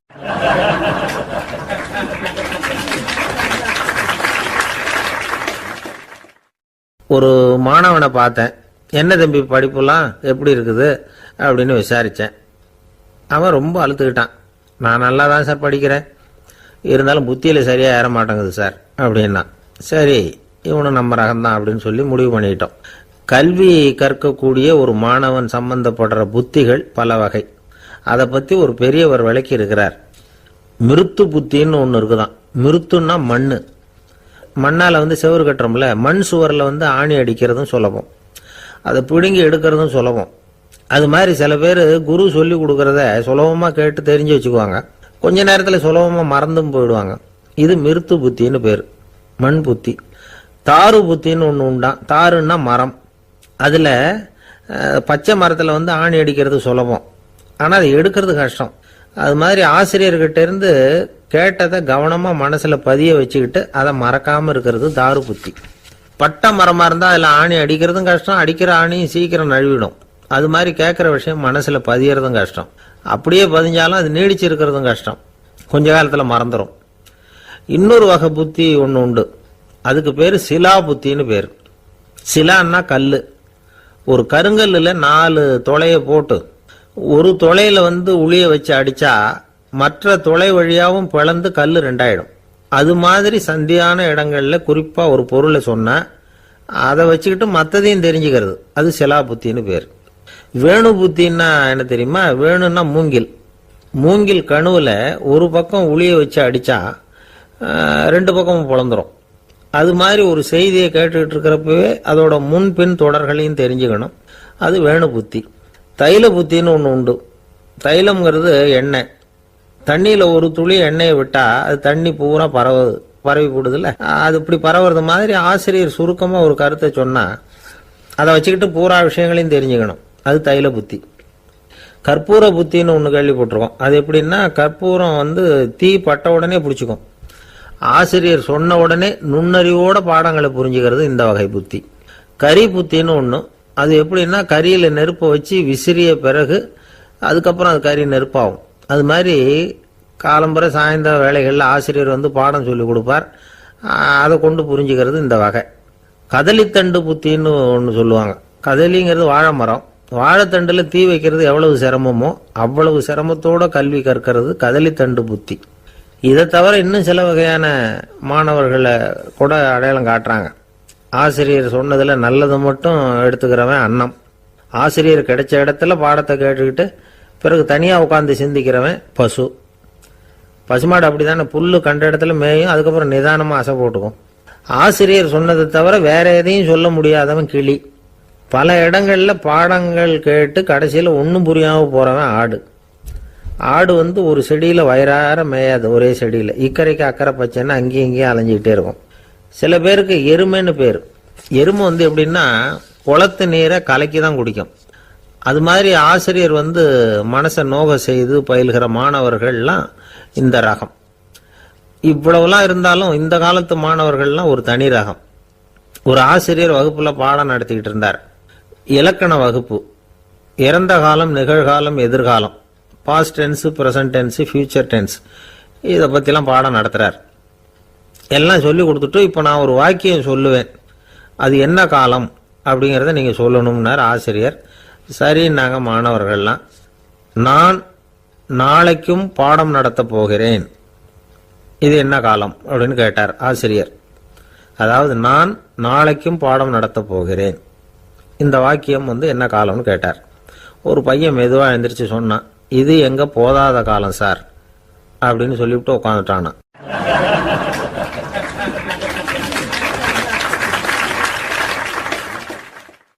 ஒரு ஊர்ல ஒரு பெரிய செல்வந்தர் இருந்தார். பணத்துக்கு பஞ்சம் இல்லை. அதனால இந்த உலகத்துல முடியாத காரியம் எதுவும் இல்லைன்னு நினைச்சார். பணம் இருந்தாலே அந்த நினைப்பு தானா வந்துடும். அதனால இவரும் அப்படி நினைச்சதுல ஒன்றும் தப்பு இல்லை. அந்த ஊருக்கு குருநானக் ஒரு தடவை வந்தார். அவருக்கு இந்த செல்வந்தர் ரொம்ப பிரமாதமா ஒரு வரவேற்பு கொடுத்தார். ஊர் எல்லையிலேயே எங்க வீட்டுக்கு விருந்து சாப்பிட்டுட்டு போகணும்னு கேட்டுக்கிட்டார். அவரும் சரின்னு ஒத்துக்கிட்டார். உடனே தன்னுடைய பங்களாவில் ஒரு பெரிய விருந்துக்கு ஏற்பாடு பண்ணார். குருநானக் அழைச்சிட்டு வீட்டுக்கு போனார், உட்கார வச்சார். ஐயா, நான் இந்த ஊர்லயே ரொம்ப பெரிய வசதி உள்ளவன், என்னால் எல்லாம் முடியும். உங்களுக்காக நான் என்ன செய்யணும்னு சொல்லுங்க, எதுவாக இருந்தாலும் பரவாயில்ல, எவ்வளவு செலவானாலும் பரவாயில்ல, என்னால் செய்ய முடியும். என்ன செய்யணும்னு சொல்லுங்க, அது போதும், நான் செய்கிறேன் அப்படின்னு நான் ரொம்ப பணிவா.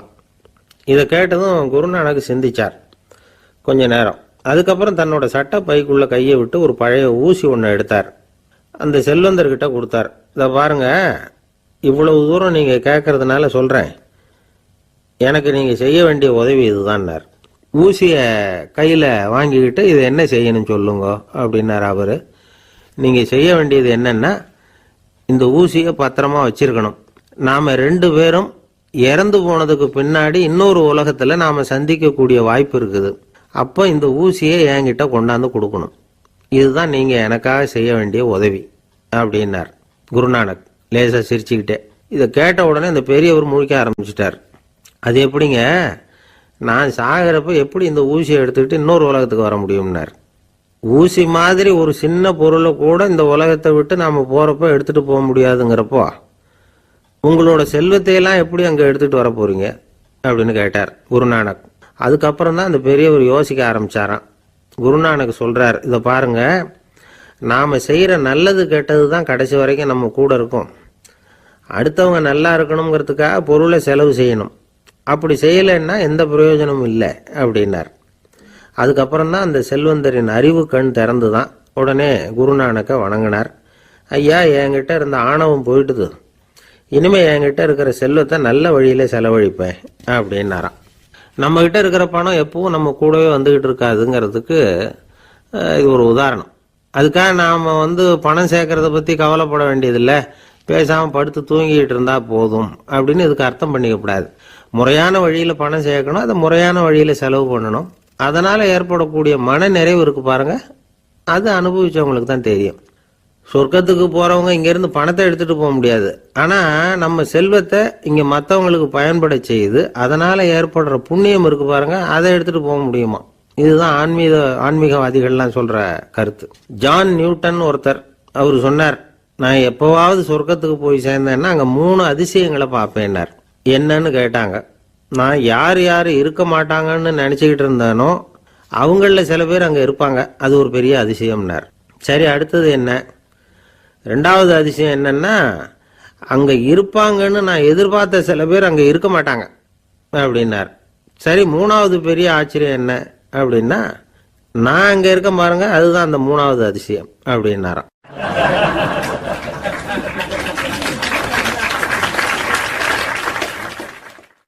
ஒருத்தர் ஓடி வந்தார். இன்னொருத்தரை பார்த்து, சார், உங்கள் சைக்கிளை ஒரு நாள் இரவல் கொடுங்களேன், பக்கத்து ஊருக்கு போயிட்டு வர வேண்டியிருக்கு அப்படின்னார். இவர் சைக்கிளை கொடுத்து பத்திரமா கொண்டுகிட்டு போங்கன்னார். சார், இதை பத்திரமா கொண்டு போகிறேன், கவலையே வேணாம், ஏன்னா இது உங்களோட சைக்கிள் அப்படின்னு நான் நினைக்கல, என்னோட சைக்கிளாக நினைக்கிறேன் அப்படின்னார். அதுக்கப்புறம் தான் இவருக்கு உண்மையாகவே பயம் வந்துட்டுது. ஏன்னா அவர் சொன்னது மாதிரி அதை தன்னோட சைக்கிளாகவே நினச்சி தள்ளிட்டு போட்டா என்ன பண்ணுறது? எது எதை நம்முடையதா நினைக்கணுங்கிறதுக்கு ஒரு வரையறை இருக்குது. சில பேர் ஆஃபீஸையே வீடாக நினச்சி விடுறது உண்டு. அப்படிப்பட்டவங்க கூட வீட்டை ஆஃபீஸாக நினைக்கிறது இல்லை. ஏன்னா வீட்டில் இவர் ஆஃபீஸராக நடந்துக்க முடியறதில்ல. இதெல்லாம் ஒரு பக்கம் இருக்கட்டும். இப்போ விஷயத்துக்கு வருவோம். பொறியியல் மேதை டாக்டர் விஸ்வேஸ்வரய்யா இருந்தார் இல்லையா, பாரத ரத்னா விருதெல்லாம் கொடுத்தாங்களே. ஆஃபீஸ் வேலை வேற, சொந்த வேலை வேற அப்படிங்கிறதுக்கு ஒரு உதாரணமாக இருந்தவர் அவர். மைசூர் மகாராஜா கிட்ட திவானா இருந்தார். அவர் ஒரு நாள் அரசாங்க வேலை காரணமாக வெளியூர் போயிருந்தார். ஹாசன்கிற ஊருக்கு பக்கத்தில் ஒரு பயண மாளிகை, அங்கே தங்கிவிட்டார். ராத்திரி அங்கே தங்கி இருந்துட்டு விடிஞ்சதும் ஊருக்கு திரும்புறதாக திட்டம். ராத்திரி தூங்கிறதுக்கு ரொம்ப நேரம் ஆயிட்டுது. ரொம்ப நேரம் வரைக்கும் அரசாங்க சம்பந்தப்பட்ட வேலைகளையே பார்த்துக்கிட்டு இருக்கிறார். அரசாங்க ஃபைல்கள் நிறைய இருந்தது. அதையெல்லாம் ஒவ்வொன்றா எடுத்தார், படித்து பார்த்தார், பரிசீலனை பண்ணார். அதில் எழுத வேண்டியதை எழுதினார், கையெழுத்து போட்டார். ஒரு வழியாக அந்த வேலையெல்லாம் முடிஞ்சுது. அதுக்கப்புறம் என்ன பண்ணார்னா, தன்னுடைய சூட்கேஸை திறந்தார். அதிலிருந்து 2 மெழுகுவத்தியை எடுத்து கொளுத்தி வச்சார். அந்த பயண மாளிகையில் அது வரைக்கும் எரிஞ்சுக்கிட்டு இருந்த மின்சார விளக்குகளை அணைச்சுட்டார். அதுக்கு பிறகு அந்த மெழுகுவத்தி வெளிச்சத்தில் சில புத்தகங்களை தொடர்ந்து படிக்க ஆரம்பிச்சிட்டார். அந்த பயண மாளிகையில் பணியாளராக இருந்தவர் இதை பார்த்துட்டு ஓடி வந்தார். மறுபடியும் மின் விளக்க போடுறதுக்காக போனார். விஸ்வேஸ்வரய்யா அதை பார்த்துட்டு போட வேணாம்ட்டாராம். இது வரைக்கும் நான் அரசாங்க அலுவல்களை கவனிச்சுக்கிட்டு இருந்தேன், அதனால் மின் விளக்குகள் அப்போ எரிஞ்சதில் தப்பு இல்லை. இப்போ நான் புத்தகம் படிச்சுக்கிட்டு இருக்கேன், இது என்னுடைய சொந்த வேலை. இங்கே இருக்கிற மின் விளக்கு அதுக்காக ஏன் எரியணும் அப்படின்னு கேட்டாராம். இப்போ இருக்கிற சில அரசு பணியாளர்கள்கிட்ட இந்த சம்பவத்தை பேச்சோட பேச்சா சொல்லி பார்த்தேன். அவங்களால இதை ஜீரணிக்கவே முடியல. நேர்மை தேவைதான் சார், அதுக்காக அவ்வளவு தூரத்துக்கு அது தேவையா அப்படிங்கிறாங்க. விஸ்வேஸ்வரய்யா அப்படி பண்ணினது தான் ஒரு நேர்மையாளர் அப்படின்னு இந்த உலகத்துக்கு நிரூபிக்கணுங்கிறதுக்காக இல்லை. தான் அப்படி நடந்து காட்டினா தன்னை சுற்றி இருக்கிறவங்களும் அதை கேள்விப்படுறவங்களும் முடிஞ்ச அளவுக்கு பொது வாழ்க்கையில், அரசு பணியில் நேர்மையை கடைபிடிக்க முயற்சி பண்ணலாமே அப்படிங்கிறதுக்காகத்தான். இப்போவும் சில பேர் இருக்கிறாங்க, இவங்க ஆஃபீஸ் வேற வீடு வேறன்னு நினைக்கிறது இல்லை, அவ்வளோ உரிமை. ஒருத்தர் அப்படிதான், அவருக்கு அவசரமாக 5000 ரூபா தேவைப்பட்டது. ஆஃபீஸு பணத்தை எடுத்துக்கிட்டார். அந்த நேரம் பார்த்து ஆடிட் வந்துட்டுது. ஆப்பிட்டுக்கிட்டார். விசாரணை நடக்குது. அவர் சொல்கிறார், சார் நான் நேரம் காலம் பார்க்காம ஆஃபீஸில் வேலை செய்வேன். ஏன்னா அதை என்னோட ஆஃபீஸாக நினைக்கிறேன். அவசரத்துக்கு அந்த பணத்தை எடுத்தேன், மறுபடியும் வச்சுடலாம்னு தான் இருந்தேன். அதுக்குள்ளே இப்படி ஆயிட்டுது. நீங்கள் என்ன நினச்சாலும் சரி, நான் ஆஃபீஸ் வேற வீடு வேற அப்படின்னு நினைக்கிறது இல்லை, அது என்னோட சுபாவம் அப்படின்னார். விசாரணை பண்ணவர் தீர்ப்பு வழங்கினார். உங்கள் சுபாவத்துக்கு மதிப்பு கொடுத்து நானும் தீர்ப்பு வழங்குறேன். நீங்கள் கொஞ்ச நாள் ஜெயிலில் இருந்துட்டு வாங்க, அது உங்களுக்கு கஷ்டமாக இருக்காதுன்னு நினைக்கிறேன். ஏன்னா அங்கே போனாலும் நீங்கள் உங்கள் சுபாவப்படி வீடு வேற ஜெயில் வேறன்னு நினைக்க மாட்டீங்க அப்படின்னாராம்.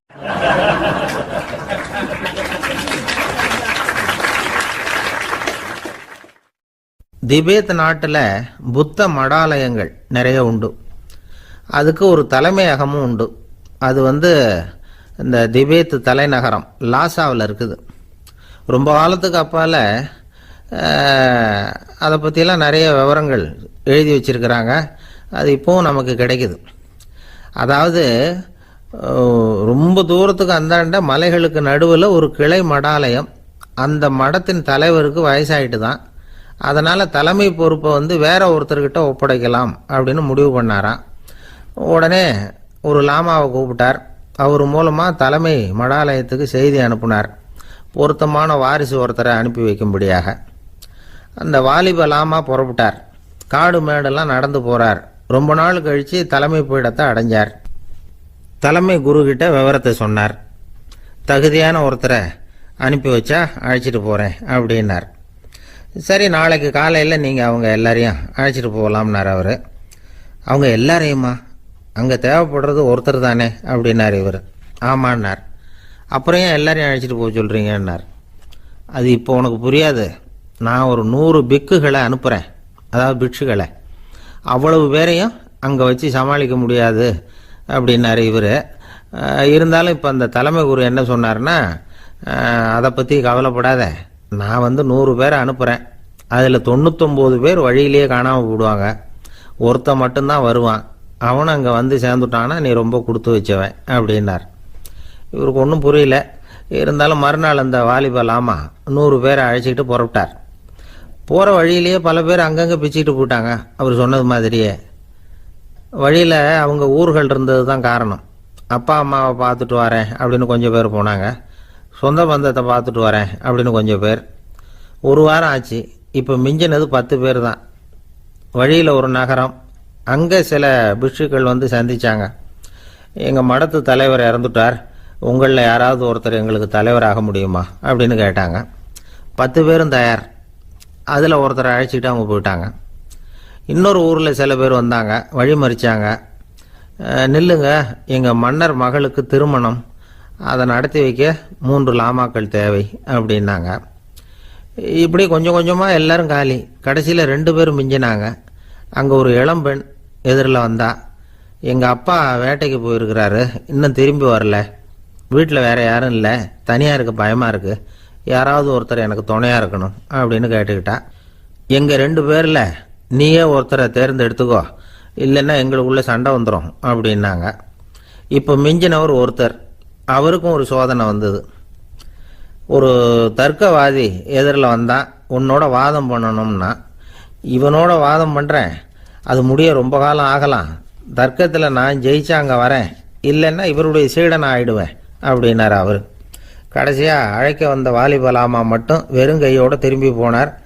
அங்கே இருந்த வயசான மடாதிபதி கேட்டார், எத்தனை பேர் அங்கேருந்து புறப்பட்டீங்கன்னார். என்னையும் சேர்த்து 101ன்னார் இவர். நல்லது, நீயாவது திரும்பி வந்திய, அதுதான் எனக்கு போதும், ஏன்னா நீ தான் எனக்கு உண்மையான வாரிசு, அந்த 100 பேரில் யாரும் வரமாட்டாங்க அப்படின்னார் அவர்.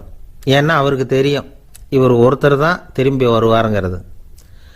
திபேத்தில் ஒரு பழங்கால பழமொழி உண்டாம், 100 பேர் செல்லலாம், எப்பொழுதாவது ஒருவன் அபூர்வமாக அடைய வேண்டிய இடத்தை அடைவான். இதுதான் அந்த பழமொழி. ஒரு உன்னதமான இலக்கை அடையணும்னா அது அவ்வளவு சுலபமான காரியம் இல்லை. இந்த காலத்து மடாலயம் ஒன்று, அதில் ஒரு தலைவர், அவருக்கு வயசாயிட்டுது, தனக்கு ஒரு வாரிசை நியமிக்கணும் அப்படின்னு ஆசைப்பட்டார். ரொம்ப கஷ்டப்பட்டு ஒருத்தரை பிடிச்சார். தனக்கு வாரிசா நியமிச்சுட்டு அவர் சமாதி ஆயிட்டார். புதுசாக பொறுப்பேற்றுக்கிட்டவர் அப்படியே உட்காந்துருந்தார். அவரை தேடிட்டு பத்திரிகை நிருபர்கள்லாம் வந்தாங்க, கேட்டாங்க. அவர் உங்கள் பொறுப்பில் வந்து அவர் பெரியவர் விட்டுட்டு போன இது எவ்வளவு சுமாராக தேரும், எவ்வளவு விட்டுட்டு போனார் அப்படின்னு கேட்டிருக்கிறாங்க. அது என்ன ஒரு 50 லட்சம் இருக்கும் அப்படின்னாராம். அவ்வளவும் பணமா அப்படின்னு கேட்டிருக்காங்க. இல்லைங்க, கடன் அப்படின்னாராம் இவர்.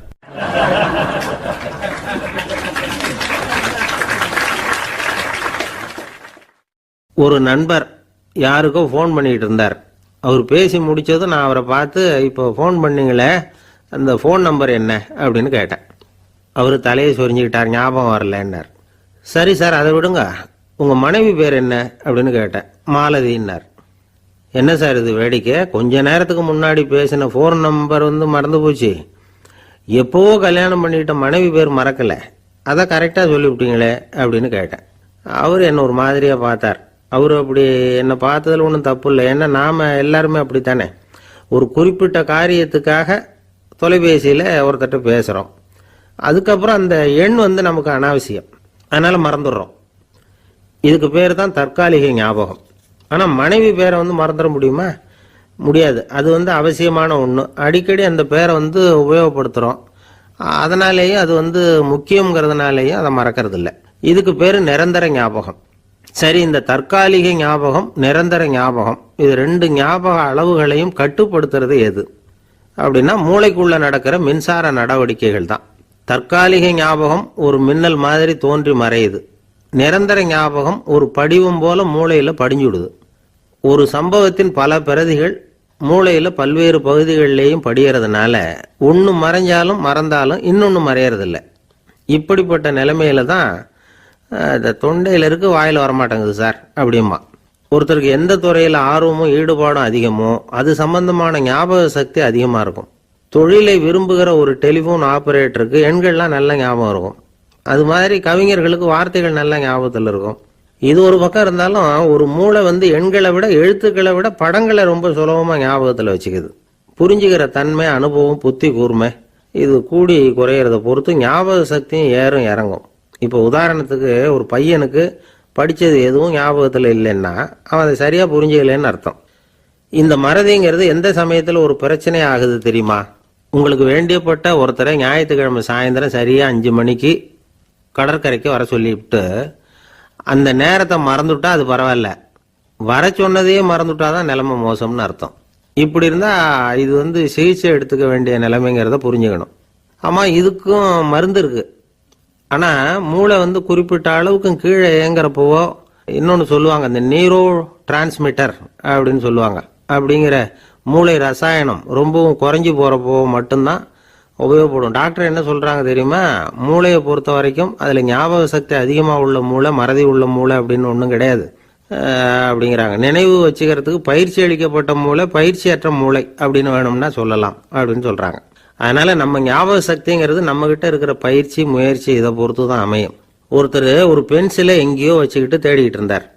அப்புறம் என்னமோ தீவிரமா யோசனை பண்ணி அதை ஞாபகப்படுத்தி பார்த்துக்கிட்டு இருந்தாராம். எதிரில் உட்காந்துருந்தவர் சொன்னார், பென்சிலை தானே தேடிட்டு இருக்கீங்க, அது உங்க வலது காதில் இருக்குது சார் அப்படின்னாராம் அவரு. இதுக்கு அவர் சொல்லியிருக்காரு, பென்சிலை வலது காதில் தான் வச்சிருக்கேங்கிறது எனக்கு நல்லா ஞாபகம் இருக்கு, ஆனா எது வலது காதுங்கிறது தான் மறந்து போச்சு அப்படின்னாராம். அவர் அதை தான் யோசிச்சுட்டு இருந்திருக்கிறார்.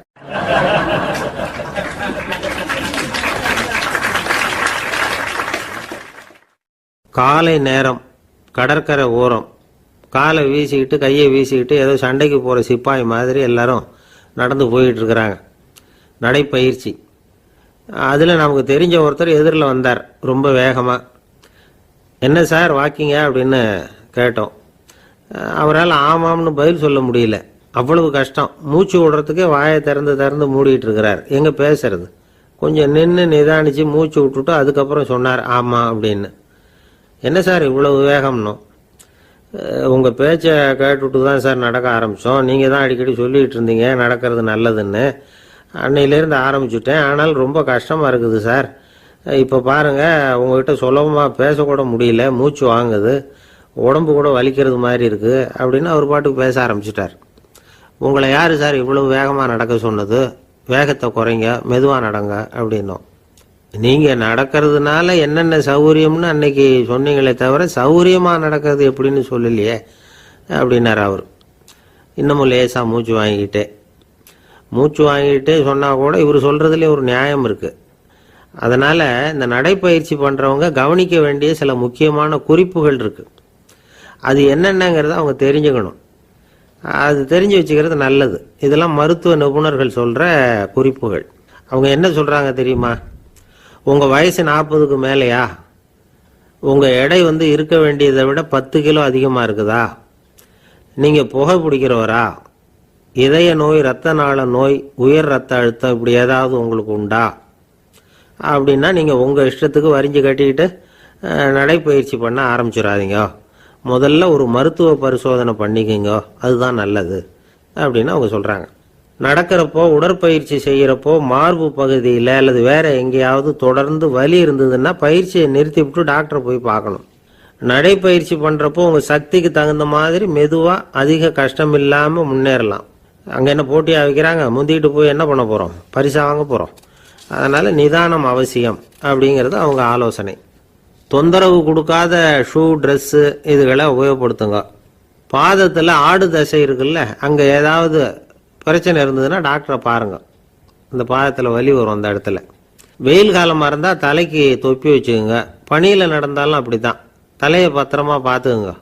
நம்மக்கிட்ட ஏதோ கொஞ்சம் உருப்படியாக தெரியறது அதுதானே. உடற்பயிற்சிக்கு முன்னாடி பின்னாடி பயிற்சி செய்கிறப்போ நிறைய தண்ணி குடிக்கலாமா. முதல் 1 மாதத்துக்கு கொஞ்சம் தளர்த்தியாக சாவகாசமாக நடக்கலாம். மணிக்கு 3 அல்லது 4 கிலோமீட்டர் வேகம்னு வச்சுக்கங்களேன். அதுக்கப்புறம் வேகத்தை அதிகப்படுத்தலாம். மணிக்கு 6 அல்லது 8 கிலோமீட்டர் அளவுக்கு நடக்கலாம். நல்லா கையை வீசிக்கிட்டு நடக்கணும். மூச்சு விடுற எண்ணிக்கை அதிகரிக்கணும்.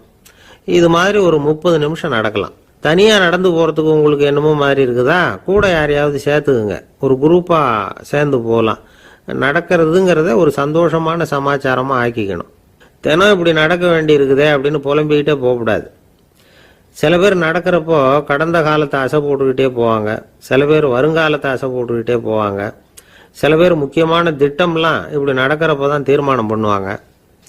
நடக்கிறதுனால மன இறுக்கம் குறையுது, பரபரப்பு குறையுது, மன ஆற்றல் பெருகுது, தன்னம்பிக்கை வளருது, முதுமை தள்ளி போகுது, செயல்திறன் அதிகரிக்குது. இதை தவிர உடம்புக்கும் பல விதமான சௌகரியங்கள் ஏற்படுது. அதனால இதுவரைக்கும் நடக்க ஆரம்பிக்காதவங்க இனிமே இந்த குறிப்புகளை கவனத்தில் வச்சுக்கிட்டு நடக்க ஆரம்பிச்சுடலாம். சார்லஸ் லேம்ப் அப்படின்னு ஆங்கில இலக்கிய மேதை ஒருத்தர், அவர் ஒரு தரம் உடம்பு சரியில்லைன்னு டாக்டர்கிட்ட போனாராம். டாக்டர் அவரை பார்த்துட்டு, நீங்கள் தினமும் காலையில் வெறும் வயத்தில் நடக்கணும் அப்படின்னாராம். வெறும் வயத்தில் நடக்கிறதுக்கு நான் தயார், ஆனால் வயிறு கிடைக்கணுமே சார், யார் வயத்து மேலே நடக்கிறது டாக்டர் அப்படின்னு கேட்டாராம் இவர்.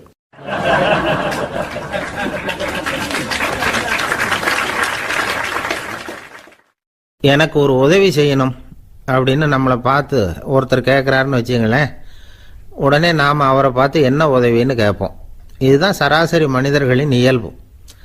ஆனால் ஒருத்தர் எனக்கு ஒரு உதவி செய்யணும் அப்படின்னு கேட்ட உடனே என்ன உதவின்னு கூட கேட்காம சரி செய்கிறேன் அப்படின்னு ஒத்துக்கிறது இருக்கு பாருங்க, அது கொஞ்சம் அபூர்வம். அந்த காலத்தில் ஒருத்தர் இருந்தார். அவர் எப்படி தெரியுமா, உதவி கேட்குறவங்க நல்லவங்களா கெட்டவங்களா அப்படின்னு கூட பார்க்கல, தனக்கு நன்மையா தீமையா அப்படின்னு கூட பார்க்கல, உதவி செய்கிறேன்னு புறப்பட்டு விட்டார். அவர் யார் தெரியுமா, அவர் தான் நல சக்கரவர்த்தி.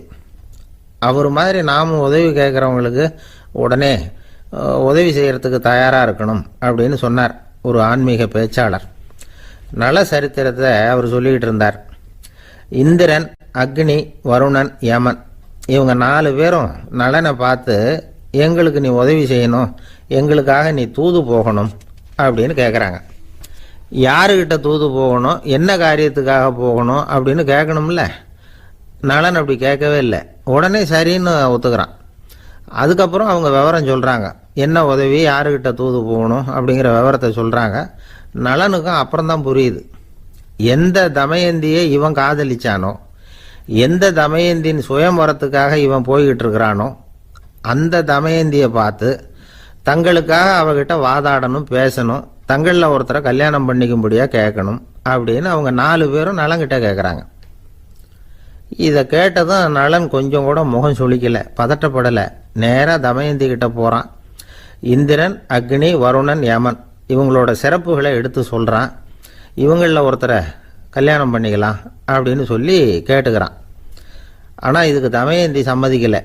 சுயம்வரம் நடக்குது, அவள் நலனை தேர்ந்தெடுக்கிறாள். அந்த 4 பேரும் நலனுக்கு நிறைய வரங்கள்லாம் கொடுக்குறாங்க. அதுக்கப்புறம் இப்படி போகுது கதை. இதில் நாம் கவனிக்க வேண்டியது என்னென்னா, உதவின்னு கேட்ட உடனே என்ன உதவின்னு கேட்காம சரி செய்கிறேன்னு சொன்னான் பாருங்க, அதை கொஞ்சம் சிந்திக்கணும். செய்கிறேன்னு ஒத்துக்கிட்டதுக்கு அப்புறம் அது என்ன உதவின்னு தெரிஞ்சும் முகம் சுளிக்காமல் அதை செஞ்சான் பாருங்க, அதையும் கொஞ்சம் சிந்திக்கணும். நம்மளும் ஒருத்தன் ஒரு நண்பனை தேடி போனான், எனக்கு ஒரு உதவின்னா சரி சொல்லுன்னா, இப்போ உங்ககிட்ட 2 கார் இருந்தால் என்ன பண்ணுவேன்னா, உடனே அதில் ஒன்று உங்ககிட்ட கொடுத்துருவேன்னா, அவன் உங்ககிட்ட 2 பங்களா இருந்தால் என்ன பண்ணுவேன்னா, அதில் ஒன்று உங்ககிட்ட கொடுத்துருவேன்னா, உங்ககிட்ட 2 பேனா இருந்தால் என்ன பண்ணுவேன்னா, அதில் ஒரு பேனாவை உங்ககிட்ட கொடுக்க மாட்டேன்னா அவன். ஏன்டா அப்படி சொல்கிறேன்னா, ஏன்னா இப்போ நிஜமாவே என்கிட்ட 2 பேனா இருக்குது, அதனால் அப்படி சொல்கிறேன் அப்படின்னு நானா அவன்.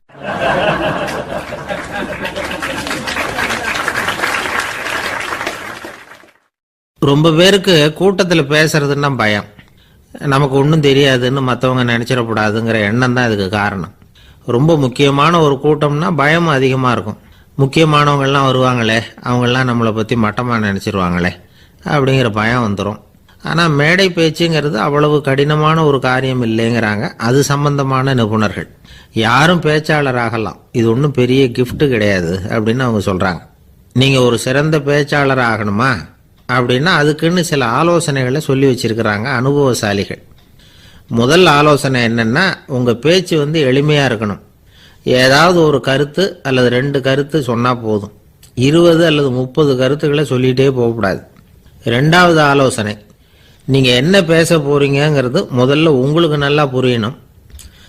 அதுக்கப்புறம் தான் அதை அடுத்தவங்களுக்கு புரிய வைக்க முடியும். எப்படி ஆரம்பிக்க போகிறோம், எந்த கருத்தை முக்கியமாக வலியுறுத்த போகிறோம், எப்படி முடிக்க போகிறோம் அப்படிங்கிறத முதல்ல நல்லா சிந்திச்சு மனசில் வச்சுக்கணும்.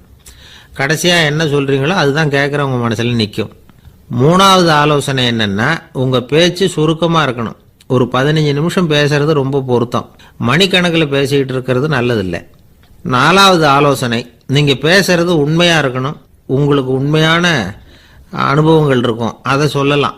உங்களுடைய உண்மையான அனுபவங்களை மற்றவங்களோட பகிர்ந்துக்கணும், அதுதான் முக்கியம். 5வது ஆலோசனை, ஆரம்பத்தில் கொஞ்ச நேரம் உங்களை பற்றியும் எதிரில் உள்ளவங்களை பற்றியும் சம்பந்தப்படுத்தி ஏதாவது பேசி ஒரு நெருக்கத்தை ஏற்படுத்திக்கணும். ஒவ்வொருத்தரும் இப்போ இவர் பேச போகிறது நம்ம சம்பந்தப்பட்டது அப்படின்னு நினைக்க ஆரம்பிச்சிருவாங்கல்ல, அதுக்கப்புறம் அவங்க கேட்க தயாராகிட்டாங்கன்னு அர்த்தம். எதிரில் உட்காந்துருக்கிற கூட்டத்திலிருந்து 3 பேரை தேர்ந்தெடுங்க. அதாவது வலது பக்கம் ஒருத்தர், நடுவில் ஒருத்தர், இடது பக்கம் ஒருத்தர். அதாவது உங்களை ரொம்ப கனிவாகவும் ஆர்வமாகவும் பார்க்குறவராக பார்த்து தேர்ந்தெடுத்துங்க. மனசுக்குள்ள நீங்கள் பேசும்பொழுது என்ன பண்ணணும்னா, இவங்களை நேருக்கு நேராக மாறி மாறி பார்த்துக்கிட்டே பேசுனீங்கன்னா நீங்கள் ஏதோ ஒட்டுமொத்த கூட்டத்தையும் பார்த்து பேசுகிறதாக ஒரு உணர்வு அது ஏற்படுத்திவிடும். 6வது ஆலோசனை என்னென்னா, சொற்பொழிவுன்னா நீங்கள் பேசணும், படிக்கக்கூடாது. எழுதி படிக்கிறது நல்லா இருக்காது. குறிப்புகள் வேணும்னா வச்சுக்கலாம். படிக்கிறது பேப்பர்லேருந்து வர்றது மாதிரி இருக்கும், பேசுறது இதயத்திலேருந்து வர்றது மாதிரி இருக்கும். அப்புறம் 7வது ஆலோசனை சொல்கிறாங்க. அது என்னென்னா, மேடையில் ஏறி நின்ன உடனே இயல்பாக மூச்சை இழுத்து விட்டுங்க, இயல்பு நிலைக்கு வாங்க, அதுக்கப்புறம் இயல்பாக பேச ஆரம்பிக்கலாம் அப்படிங்கிறாங்க. இவ்வளவும் பேச்சு கலையில் வல்லுநர்களாக இருக்கிறவங்க சொல்லுகிற ஆலோசனைகள். இதையெல்லாம் கடைபிடிச்சா நமக்கும் அதுக்கும் வெகு தூரம்னு நினச்சிக்கிட்டு இருந்த ஒன்று இப்போ கிட்டத்தில் நெருங்கி வந்துடும். நாம் சொல்கிறபடியெல்லாம் அது கேட்கும். ஒரு பேச்சாளர், அவருக்கு சுருக்கமாகவே பேச தெரியாது. மேடையில் ஏற்றி விட்டுவிட்டா போதும், ஆரம்பிச்சிருவார், நிறுத்த மாட்டார், பேசிக்கிட்டே இருப்பார். ஒரு தடவை அவர் ஒரு கூட்டத்தில் ரொம்ப நேரம் பேசிக்கிட்டே இருக்கிறார். எதிரில் பொறுமை இழந்த ஒருத்தர் தன்னுடைய கை கடிகாரத்தை காட்டினார். அதை கவனித்த பேச்சாளர், மன்னிக்கணும், கை கடிகாரம் நான் கொண்டுகிட்டு வர மறந்துட்டேன், அதுதான் நேரம் போனதே தெரியல அப்படின்னு சொல்லியிருக்கிறார். இதுக்கு அவர் சொன்னாராம் கோபமா, ஏய்யா கடிகாரத்தை தான் பார்க்க முடியல, மறந்துட்டேன், பக்கத்தில் மாட்டிருக்கிற கேலண்டரையாவது பார்க்கக்கூடாதா அப்படின்னாராம்.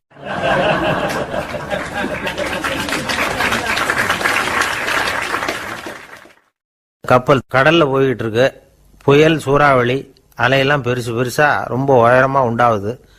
கடுமையான காற்றிலேயும் வேகமான அலைகள்லேயும் சிக்கி அந்த கப்பல் தடுமாறுது. திசை மாறி போச்சு. எந்த பக்கம் போயிட்டு இருக்கிறோம்னே தெரியல. அந்த கப்பலை செலுத்திக்கிட்டு இருந்த மாலுமி ரொம்ப சாமர்த்தியமா செயல்பட்டார். தன்னுடைய அறிவாற்றலையும் திறமையையும் முழுமையா பயன்படுத்தினார். அந்த கப்பலை கட்டுப்படுத்தினார். மெதுவா அந்த சூறாவளியிலிருந்து கப்பலை காப்பாற்றி கரைக்கு கொண்டுட்டு வந்து சேர்த்துட்டார். மாலுமின்னு ஒருத்தர் இருந்ததுனால அந்த மரக்கலம் காப்பாற்றப்பட்டது. மாலுமின்னு ஒருத்தர் இல்லைன்னு வச்சுக்கோங்க, அந்த கப்பலோட கதி என்னவா இருக்கும் யோசிச்சு பாருங்க. ஒரு கோபக்காரனுடைய நிலைமையும் அப்படித்தானா. கோபக்காரன்கிறவன் ஒரு மாலுமி இல்லாத மரக்கலம் அப்படிங்கிறார் நபிகள் நாயகம். கொந்தளிக்கிற கடல்ல கொடுமையான அலைகளின் உச்சியில அல்லல் படுகிற மரக்கலத்தை விட மோசமானது கோபக்காரனின் நிலைமை அப்படிங்கிறது அவருடைய கருத்து. அது மாதிரி இதுன்னு சொல்லல, அதை விட மோசம் இது அப்படிங்கிறார். ஏன் தெரியுமா? ஒரு கப்பல் கடல்ல தடுமாறினா அதை சரிப்படுத்த மாலுமி இருக்கிறார். அவர் தன்னுடைய சாமர்த்தியத்தினால அதை கட்டுப்படுத்தி சரியான வழிக்கு கொண்டுட்டு வந்துருவார். ஆனா கோபக்காரனுடைய நிலைமை அப்படி இல்லை அப்படிங்கிறார் நபிகள் நாயகம். மனித மனம் ஒரு மரக்கலம், அறிவு அதுல இருக்கிற மாலுமி. மாலுமி மரக்கலத்தை செலுத்துறான், அவனுக்கு கட்டுப்பட்டு அது ஓடுது. ஆனா கோபக்காரன்கிற மனுஷங்கிட்ட அறிவுங்கிற மாலுமி சரியா வேலை செய்ய மாட்டான். ஏன்னா கோபம் அந்த மாலுமியின் கண்களை அவிச்சிரும், காதுகளை கேட்காம பண்ணிவிடும். கண்ணையும் காதையும் மூடி விட்டு கப்பலை ஓட்டுனா எப்படி ஓட்டுறது? அதனால கோபக்காரன் மாலுமி இல்லாத மரக்கலம். இடி மின்னல்ல மாட்டிக்கிட்டு கஷ்டப்படுற கப்பல் மாதிரி கஷ்டப்படுறான். பெரியவங்கள்லாம் என்ன சொல்றாங்க? உனக்கு கெடுதல் பண்ணவனுக்கும் நீ நன்மையை செய், எவருடைய விருப்பு வெறுப்பையும் பொருட்படுத்தாதே, பரம எதிரிக்கும் நீ நன்மை செய்ய ஆரம்பிச்சா உன்னுடைய தூய நிலையை பார்த்துட்டு அவனும் உனக்கு நெருக்கமான நண்பனா ஆயிடுவான். இதுதான் பெரியவங்க நமக்கு சொல்லி இருக்கிறது. புனித குர்ஆன் சொல்றது என்ன? தீமையை நன்மையை கொண்டே நீர் தடுத்து கொள்ளும் அப்படின்னு சொல்லப்பட்டிருக்கிறதுல. இன்னா செய்தாரை ஒருத்தல் அவர் நாண நன்னயம் செய்து விடல் அப்படிங்கிறார் திருவள்ளுவர். செல்வந்தர் ஒருத்தர்கிட்ட ஒரு சிறுவன் ஆடு மேய்ச்சிக்கிட்டு இருந்தானா. பெரியவர் அவனை கூப்பிட்டு, நீ நேரா போய் ஒரு ஆட்டுல உள்ள ரொம்ப நல்ல பகுதி எதுவோ அதை எடுத்துக்கிட்டு வா அப்படின்னாராம். இவன் போனான். ஒரு ஆட்டு உடம்புல இருந்த நாக்கு, இருதயம், இது ரெண்டையும் எடுத்துட்டு வந்து கொடுத்தானான். பெரியவர் வாங்கி பார்த்தார். அதுக்கப்புறம் இப்ப நீ போய் இன்னொரு ஆட்டுல இருக்கிற ரொம்ப கெட்ட பகுதி எதுவோ அதை எடுத்துட்டு வா அப்படின்னாராம். இவன் போய் எடுத்துட்டு வந்தான். அவன் கையில் இருந்தது மறுபடியும் அதே மாதிரி நாக்கு, இருதயம், இது ரெண்டும் தான். என்னது இப்பவும் அதையே கொண்டுட்டு வந்திருக்கிற அப்படின்னாராம் பெரியவர். இவன் சொன்னானா, ஒரு உடம்புல உள்ள ரொம்ப நல்ல பொருளும் இதுதான், ரொம்ப கெட்ட பொருளும் இதுதான் அப்படின்னானா. இளம் வயசுல இப்படி பதில் சொன்னவர் தான் பேரறிஞர் லுக்மானுல் ஹக்கீம் அவர்கள். கோபப்படாம இருந்தா இது ரெண்டும் நல்லா வேலை செய்யும், கோபப்பட்டா இது ரெண்டும் மோசமா வேலை செய்யும். அதை புரிஞ்சுக்கிறதுக்காகத்தான் இன்னைக்கு இந்த தகவல். கோபம் வந்துட்டா நாம என்ன செய்யறோங்கிறது நமக்கே தெரியாது. ஒருத்தர் டாக்டர் கிட்ட போனார் அவசரமா. டாக்டர், எனக்கு இப்ப கடுமையான கோப வெறி, எனக்கு கண்ணு மண்ணு ஒன்றும் புரியல, உடனடியாக அதை கட்டுப்படுத்தணும், உடனே இதுக்கு ஏதாவது ஒரு மாத்திரை கொடுங்க ப்ளீஸ் அப்படின்னார். அந்த டாக்டரும் உடனே ஒரு மாத்திரையை கொடுத்து இதை உடனே போடுங்க, நான் தண்ணி கொண்டுட்டு வரேன்னு உள்ள போனார். தண்ணியோடு திரும்பி வந்தார். இவரு சொன்னார், டாக்டர், நீங்க கொடுத்த மாத்திரை ரொம்ப பெருசா இருந்தது, இருந்தாலும் கஷ்டப்பட்டு முழுங்கிட்டேன்னார். டாக்டர் சந்தேகத்தோட மேசையை பார்க்கிறார். பார்த்தா மாத்திரை அங்கேயே இருக்குது, பேப்பர் வெயிட்ட காணல.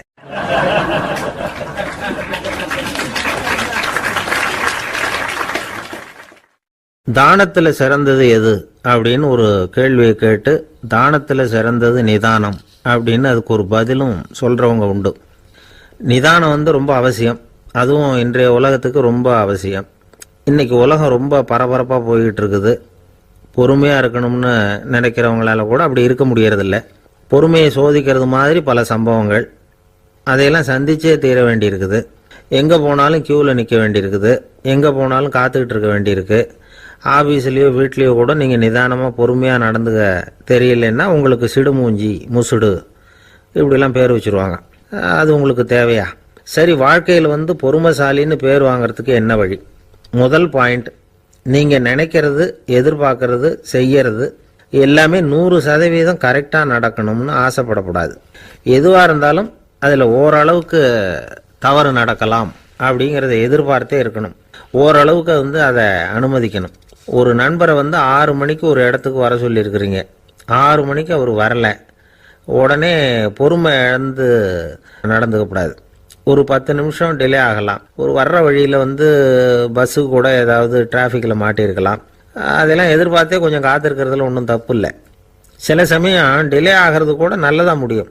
ஒரு பஸ்ஸை தவற விட்டுட்டு, ஐயோ கொஞ்சம் ஒரு 2 நிமிஷம் முன்னாடி வந்திருந்தா பிடிச்சிருக்கலாமே அப்படின்னு தவிச்சுக்கிட்டு இருப்பாங்க சில பேர். அடுத்தபடியாக வர்ற பஸ்ஸு நேரடியாக நீங்கள் போக வேண்டிய இடத்துக்கே கொண்டு போய் விடுற பஸ்ஸாக கூட இருக்கலாம். அது உங்களுக்கு முன்னாடி தெரியாதுல்ல. சில நெருக்கடியான சூழ்நிலைகளை தமாஷா எடுத்துக்கிறதுக்கு பழகிக்கணும். சில இடங்களுக்கு போகிறப்ப காத்திருக்கிறதுக்கு நம்ம மனசை தயார்படுத்திக்கிட்டே போகணும். ஒரு ரயிலுக்கோ பஸ்ஸுக்கோ அல்லது விமானத்துக்கோ கப்பல் பிரயாணத்துக்கோ போகிறப்போ அங்கே போய் நீங்கள் மணிக்கணக்கில் கூட காத்துக்கிட்டு தான் இருக்கணும். புறப்படுற நேரம் கூட மாறலாம். நீங்கள் போய் சேர்ந்ததும் அது உடனே புறப்படணும்னு கட்டாயமாக என்ன? அது மாதிரி சமயத்தில் படிக்கிறதுக்குன்னு சில சுவாரஸ்யமான புத்தகங்களையும் கையில் எடுத்துக்கலாம். உங்களை சுற்றி எவ்வளவோ சுவாரஸ்யமான சம்பவங்கள் நடந்துக்கிட்டு இருக்குதுல்ல, அதையெல்லாம் வேடிக்கை பாருங்கள். எதுக்காக காத்துக்கிட்டு இருக்கிறோமோ அந்த காரியத்தில் உண்மையாகவே நமக்கு ஒரு அக்கறை இருந்தால் நமக்கு போர் அடிக்காது.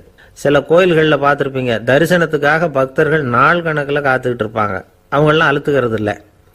ஆண்டவனை தரிசிக்கணுங்கிற உண்மையான அக்கறை இருக்கிறதுனால அவங்களுக்கு போர் அடிக்கிறது இல்லை. ஆனால் சில சினிமா தியேட்டரில் கூட பார்க்கலாமே, சினிமா கியூ கூட அப்படி தான். சாயந்தரம் 6 மணி ஆட்டத்துக்கு காலம்பரம் 6 மணிக்கே போய் கூட காத்துக்கிட்டு இருப்பாங்க. அவங்களுக்கெல்லாம் போர் அடிக்காது, படம் பார்க்குற ஆர்வம். இன்னொரு முக்கியமான விஷயத்த நாம் பழக்கப்படுத்திக்கணும். லிவ் ஃபார் தி மூமெண்ட் அப்படிங்கிறாங்க நிபுணர்கள். ரொம்ப பேர் எப்படின்னா அடுத்தபடியாக நடக்க போகிற விஷயத்திலேயே கவனமாக இருப்பாங்க. அந்த நினைப்புலேயே இந்த நிமிஷத்தை பொறுமை இல்லாமல் கழிப்பாங்க. ஒருத்தர் இருக்கார், அவர் எப்படின்னா ஆஃபீஸ் முடியறதுக்குள்ளேயே சார் 5 மணிக்கெல்லாம் ரெடியாக இருங்க, நாம் அந்த ஹோட்டலில் போய் டிஃபன் சாப்பிட்ணும் அப்படின்னு 4 மணிலேருந்து சொல்லிகிட்டு இருப்பார். 4:55 பரபரப்பாக ஓடி வருவார். 2 பேரும் புறப்படுவோம், ஹோட்டலுக்கு போவோம், சாப்பிட்டுக்கிட்டு இருப்போம். அப்படி சாப்பிட்டுட்டு இருக்கிறப்ப, சார் சார் சாப்பிட்டு முடித்ததும் நேராக ஒரு ஜவுளி கடைக்கு போகிறோம் அப்படிம்பார். பரபரக்க சாப்பிட்டு முடிப்பார், புறப்படுவார். ஜவுளி கடையில் அவசர அவசரமாக சீக்கிரம் பில் போடுங்க சார், சினிமாவுக்கு நேரம் ஆகிடும்பார். சினிமா தியேட்டரில் உட்காந்து அடுத்தபடியாக எங்கே டின்னர் சாப்பிட்றதுன்னு யோசனை பண்ணிகிட்டு இருப்பார். ராத்திரி படுக்கையில் விழுந்ததுக்கு அப்புறமும் நாளைக்கு காலையில் எழுந்திரிச்சதும் அதை பண்ணணும் இதை பண்ணணும்னு திட்டம் போட்டுக்கிட்டே இருப்பார். அதாவது எப்போவும் அடுத்த நிமிஷம், அடுத்த நாள், அடுத்த வாரம், அடுத்த வருஷம், இதுதான் அவங்க சிந்தனை. இந்த நிமிஷம் என்ஜாய்மெண்ட்டை அவங்க இழந்துடுறாங்களாம். அதனால தான் வாழ்நாள் பூரா பொறுமையின்மை, அவஸ்தை, அல்லல். அதனால் நாம் எல்லாரும் வாழ்க்கையில் நிதானமாக இருக்கிறதுக்கு கற்றுக்கணுமா. அதுக்காக இந்த நிதானத்துக்கு வேறு விதமான அர்த்தம் பண்ணிக்கக்கூடாது. ஒருத்தர் அப்படித்தான் ஒரு தடவை அவருடைய குதிரை காணாமல் போயிட்டு தான். அதுக்காக அவர் கவலைப்படலை, நிம்மதியாக இருந்தார், சந்தோஷமாக இருந்தார். என்ன சார் இது, உங்கள் குதிரை திருட்டு போயிட்டுதுங்கிறீங்க, நீங்கள் கவலைப்படாமல் இருக்கிறீங்களே அப்படின்னு கேட்டாங்களாம். அதுக்கு அவர் சொல்லியிருக்கார், நல்ல வேளை சார், கட்டியிருந்த குதிரை காணாமல் போயிருக்குது. நான் அது மேலே உட்காந்துருக்கிற சமயம் அது காணாமல் போயிருந்ததுன்னா, திருட்டு போயிருந்ததுன்னா நானும் சேர்ந்தில் காணாமல் போயிருப்பேன் அப்படின்னாராம். எவ்வளவு நிதானமான ஆள் பாருங்க.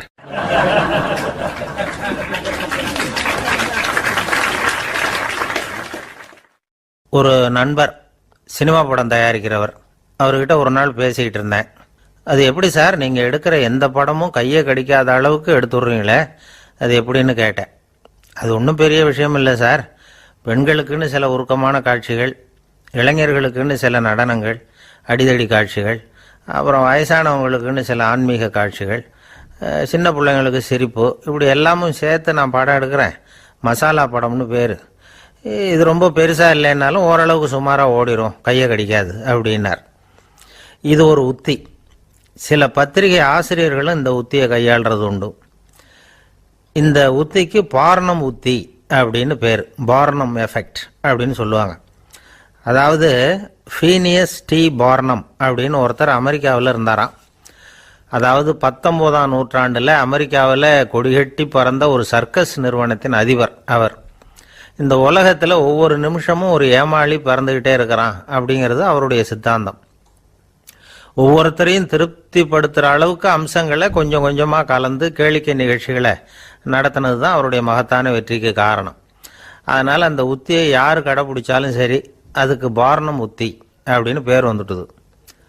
ஜோசியம் சொல்கிறவங்களுக்கும் இந்த உத்தி தான் கை கொடுக்குது. ஒரு விஷயத்தை ஒருத்தருடைய கோள் நிலைகள் அல்லது கையெழுத்து நிரூபிக்கிறதாக அவர்கிட்ட சொன்னால் அதை அவர் நம்பிவிடுவார். ஆனால் அந்த விஷயம் நல்லதாக இருக்கணும், நேர்மையானதாக இருக்கணும், அதாவது பாசிட்டிவாக இருக்கணும். 8ஆம் இடத்துல குரு, 9ஆம் இடத்துல சனி, நீங்கள் ஒரு பெரிய மேதை தான் அப்படின்னு சொல்லுவாங்க. கேட்குறவங்களுக்கு அதை மறுக்கிறதுக்கு மனசு வராது.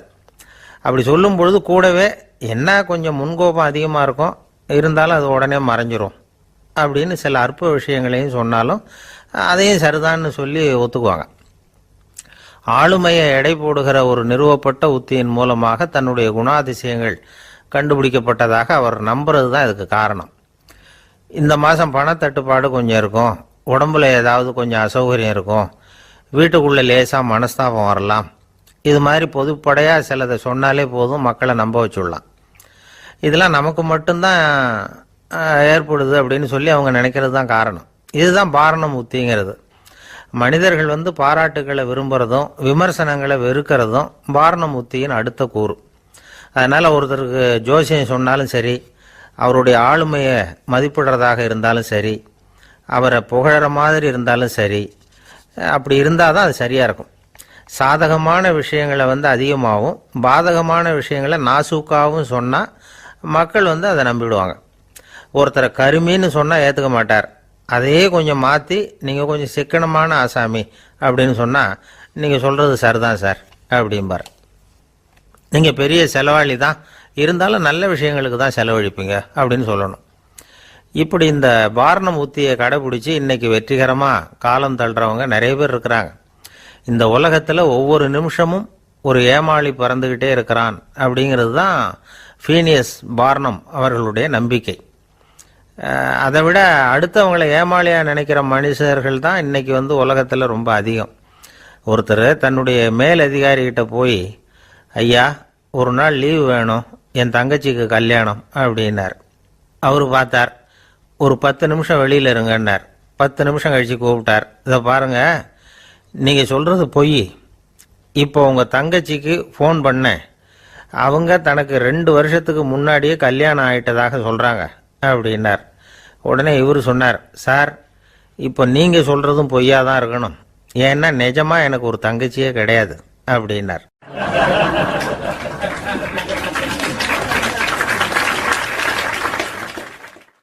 ஒரு நாள் காலை நேரம் ஒரு குரு படுக்கையை விட்டு எழுந்திருக்கிறார்.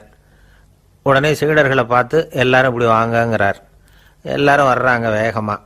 என்னங்க வேணும் உங்களுக்கு அப்படிங்கிற மாதிரி எல்லாரும் குருவை பார்த்தாங்க பயபக்தியோட.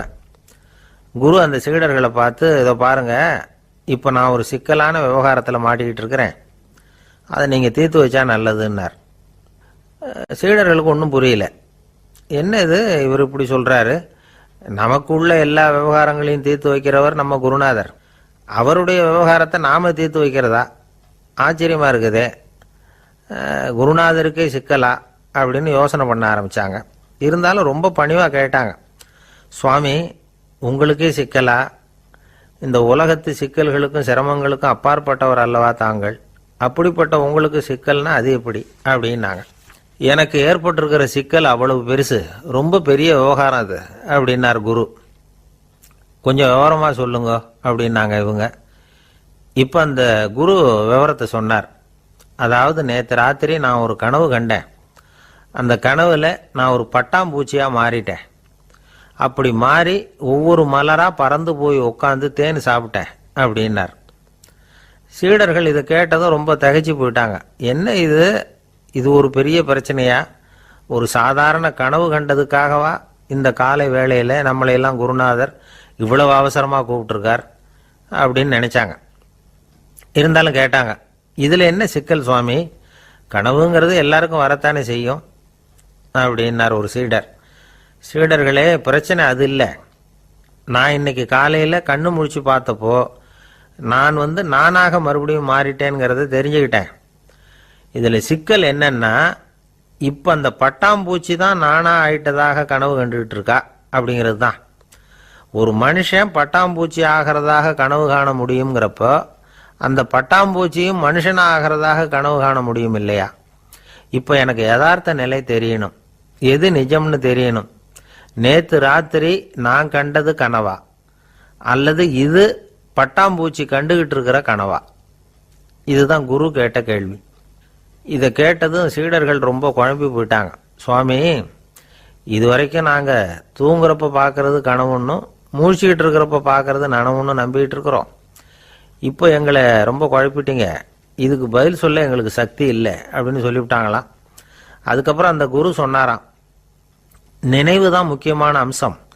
முடிவு கட்டம்னா பகலின் நினைவுகளை விட இரவின் கனவுகளே ரொம்ப உண்மை. ஒருத்தன் தூங்க போனால் தூங்கிக்கிட்டே இருந்தால் அவன் காணும் கனவு பொய்ங்கிறத அவன் உணர மாட்டான். ஒவ்வொரு கனவும் காணும் பொழுது அது ரொம்ப உண்மையாக தான் தெரியுது. ஒரு கனவு கூட உண்மை இல்லைன்னு கனவுல தோன்றுவதே இல்லை அப்படின்னார் குரு. அகில வாழ்வு அத்தனையும் சொற்பனம் கண்டாய் அப்படிங்கிறார் தாயுமானவர். ஆகையினால நம்ம கனவுலேருந்து நாம் என்னைக்கு முழிச்சிக்க போகிறோம் அப்படிங்கிறது தான் ஒரு முக்கியமான கேள்வி. ஒருத்தர் வந்தார், காலில் கட்டோடு வந்தார். என்னங்க காலில் கட்டுன்னு? சார், நேற்று ராத்திரி தூக்கத்தில் எங்கள் வீட்டு கூரையில் ஏணியை சாத்தி வச்சு இறங்கினப்போ வழுக்கி விழுந்து காலை உடச்சிக்கிட்டேன்னார். உங்கள் வீட்டில் தான் ஏணியே கிடையாது சார் அப்படின்னு. உண்மைதான் சார், நான் கீழே விழுந்து முழிச்சுக்கிட்டதுக்கு அப்புறம் தானே ஏணி இல்லைங்கிறது எனக்கு ஞாபகம் வந்தது அப்படின்னார்.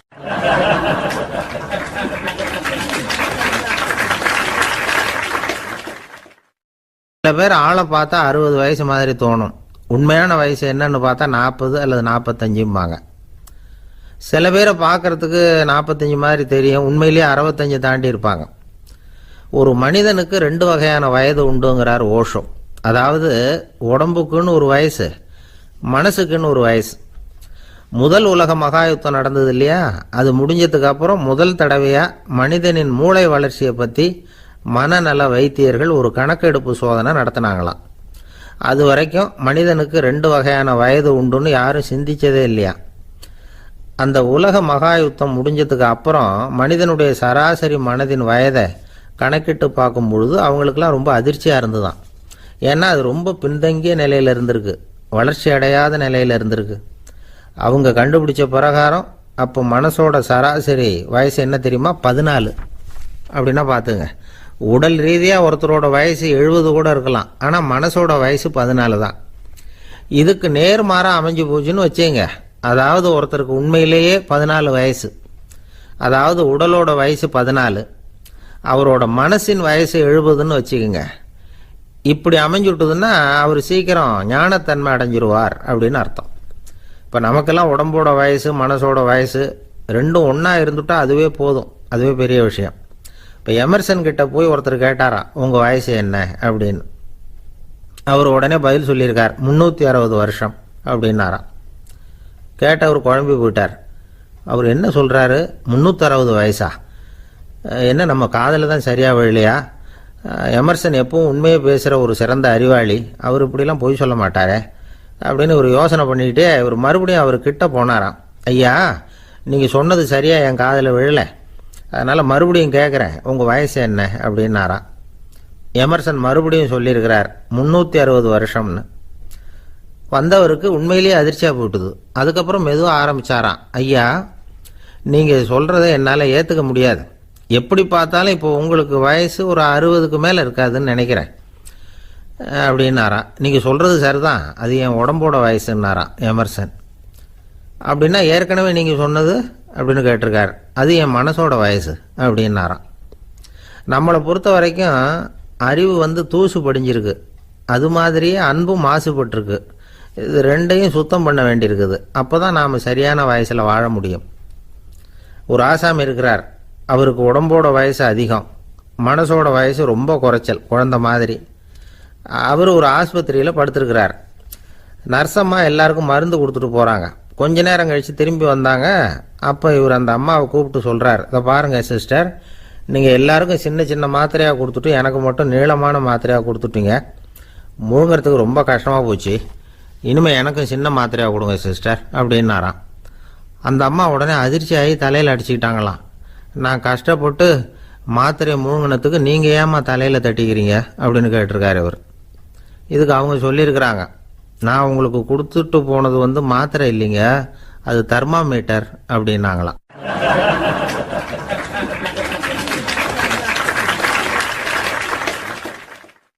நாட்டில் நல்லவங்க ஒருத்தர் 2 பேர் இருக்கிறதுனால தாங்க மழையே பெய்யுது அப்படின்னு சொல்றது உண்டு. நல்லார் ஒருவர் உளரேல் அவர் பொருட்டு எல்லாருக்கும் பெய்யும் மழை. சில சமயம் ரொம்ப பேர் திடீர்னு நல்லவங்களா ஆயிடுவாங்க போல இருக்கு, அதனால தான் விடாம பேய் மழையா கொட்டி தீர்த்துடுது. எல்லாரும் நல்லவங்களாயிட்டா உலகமே தாங்காது போல இருக்க. அப்பப்போ ஒருத்தர் 2 பேர் நல்லவங்களாகணும், அப்பதான் சீரா மழை பெய்யும். மாசத்துக்கு 3 பேர் நல்லவங்களானா மாதம் மும்மாரி பொழியும். இதெல்லாம் வேடிக்கை பேச்சு. இப்போ இதெல்லாம் ஒரு பக்கம் இருக்கட்டும், இப்போ விஷயத்துக்கு வருவோம். ஒரு கும்பல்ல நல்லவன் யாரு அப்படிங்கிறத எப்படி கண்டுபிடிக்கிறது? இதுக்கு ஒரு வேடிக்கை கதை உண்டு. என்னுடைய நண்பர் ஒருத்தருக்கு அவங்க பாட்டியம்மா சொன்ன கதையா அது. அது என்ன கதைன்னா, ஒரு ஊர்ல ஒரு சமயம் பலமான மழை பெய்ய ஆரம்பிச்சுட்டு தான், இடி மின்னல் ரொம்ப கடுமையா இருந்திருக்குது. ஆரம்பிச்ச மழை வர வர கடுமையா ஆகிட்டு இருக்குதே தவிர நிக்கிற பாடா தெரியல. ஊர் ஜனங்கள்லாம் பார்த்தாங்க, இதுக்கு மேலேயும் வீட்டு உள்ள இருந்தா ஆபத்துங்கிறத புரிஞ்சுக்கிட்டாங்க. ஏன்னா வீடெல்லாம் இடிஞ்சு விழுந்துருமோங்கிற பயம். உடனே எல்லாரும் புறப்பட்டு ஊருக்கு பொதுவா இருந்த ஒரு மண்டபத்துல போய் தங்கிக்கிட்டாங்க. மின்னல் கடுமையா இருந்தது, இடி எந்த நேரத்திலையும் விழலாம்ங்கிற நிலைமை, எப்போ விழலாம்னு பார்த்துக்கிட்டு இருக்குது. அந்த மண்டபத்தில் இருந்த ஜனங்கள் மனசுக்குள்ள ஒரு பயம், நம்ம கூட்டத்தில் யாராவது ஒரு கெட்டவன் பாவம் பண்ணவன் இருந்தா கூட இடி இந்த மண்டபத்தில் விழுந்துரும், அது எல்லாருக்கும் ஆபத்து அப்படின்னு நினைச்சாங்க. சரி, இதுக்கு என்ன பண்ணலாம் அப்படின்னு யோசனை பண்ணாங்க. அந்த கூட்டத்தில் ஒரு பெரியவர் இருந்தார், அவரு ஒரு யோசனை சொன்னார். இதை பாருங்க, அதுக்கு ஒரு வழி இருக்கு. அதோ எதிர்த்தாப்புல கொஞ்சம் தூரத்தில் ஒரு உயரமா மரம் ஒன்று இருக்கு பாருங்க. பொதுவா இடி சுலபமா விழறது அது மாதிரி உயரமான மரத்துல தான். நம்ம கூட்டத்தில் இருக்கிறவங்க எல்லாரும் ஒவ்வொருத்தரா போய் அந்த மரத்தை தொட்டு விட்டு திரும்பி வந்துடணும். நம்மள பாவம் பண்ணவன் யாரோ அவன் அந்த மரத்தை தொடுற சமயத்துல இடி விழுந்துரும், அவன் மட்டும் போயிடுவான், மண்டபத்தில் இருக்கிற நாமெல்லாம் பொழைச்சிக்கலாம் அப்படின்னு ஐடியா கொடுத்தாரு அந்த பெரியவர். இது நல்ல யோசனையா பட்டது. எல்லாரும் ஒத்துக்கிட்டாங்க. ஒவ்வொருத்தரா போய் அந்த மரத்தை தொட்டு விட்டு திரும்பி வந்தாங்க. இடி எதுவும் விழல. இன்னமும் பாவம் பண்ண ஆசாமி அதை போய் தொடலை போல இருக்கு அப்படின்னு நினைச்சுக்கிட்டாங்க. ஒவ்வொருத்தரா போறாங்க, எல்லாரும் போய் தொட்டுக்கிட்டு வந்தாச்சு. இன்னும் ஒரே ஒரு ஆசாமி தான் பாக்கி. கடைசியா இருந்த அந்த ஆள் பயந்துட்டான். இது வரைக்கும் இடி விழலைன்னா இப்ப என்ன அர்த்தம்? இப்ப நாம தான் பாக்கி, நாம தான் தப்பு பண்ண ஆள் போல இருக்கு அப்படின்னு நினைச்சுட்டான். அதனால துணிச்சலா போய் தொடறதுக்கு பயந்தான், தயங்கிக்கிட்டே இருந்தான். இருந்தாலும் மற்றவங்க எல்லாம் சும்மா இருப்பாங்களா? கட்டாயப்படுத்தி கழுத்தை பிடிச்சி தள்ளாத குறையா அவனை தள்ளி விட்டாங்க, போய் தொட்டுட்டு வாடான்னு. அவன் நடுங்கிட்டே போய் அந்த மரத்தை தொட்டான். அதே வினாடி ஒரு பயங்கரமான மின்னல் இடி விழுந்துட்டுது. எங்க விழுந்தது தெரியுமா? அந்த ஆள் மேல இல்ல, மண்டபத்துல விழுந்தது. மண்டபத்துல இருந்தவங்க பூரா காலி. அந்த ஒரு ஆள் மட்டும் புழைச்சிக்கிட்டான். இந்த ஒரு ஆளை காப்பாத்துறதுக்காக தான் இடி மண்டபத்துல விழாம இருந்திருக்குது. இதுதான் கதை. அதனால நல்லவங்க எப்படியும் தப்பிச்சுக்குவாங்க அப்படிங்கிறது ஒரு நீதி. ஒருத்தன் அப்படிதான் தெருவில் நடந்து போய்கிட்டு இருந்தான், ரொம்ப நல்லவன். எதிரில் ஒருத்தன் சைக்கிளில் வந்துகிட்டு இருந்தான். அதுல மோதி இவன் கீழே விழுந்துட்டான். சைக்கிள்காரன் உடனே இறங்கி இவனை தூக்கி விட்டான். இவன் எழுந்திரிச்சு அவனை முறைச்சி பார்த்தான். அப்படி பார்க்காதீங்க சார், நீங்க ரொம்ப புண்ணியம் பண்ணியிருக்கீங்க, அதுதான் இப்போ சைக்கிளில் மோதிக்கிட்டீங்க அப்படின்றான். என்ன அப்படி சொல்றேன் நான்? இவன் 10 நிமிஷத்துக்கு முன்னாடி நான் லாரி ஓட்டிட்டு வந்தேன், அப்போ நீங்க எதிரில் வந்திருந்தீங்கன்னா என்ன ஆயிருக்கும் அப்படின்னானா அவன்.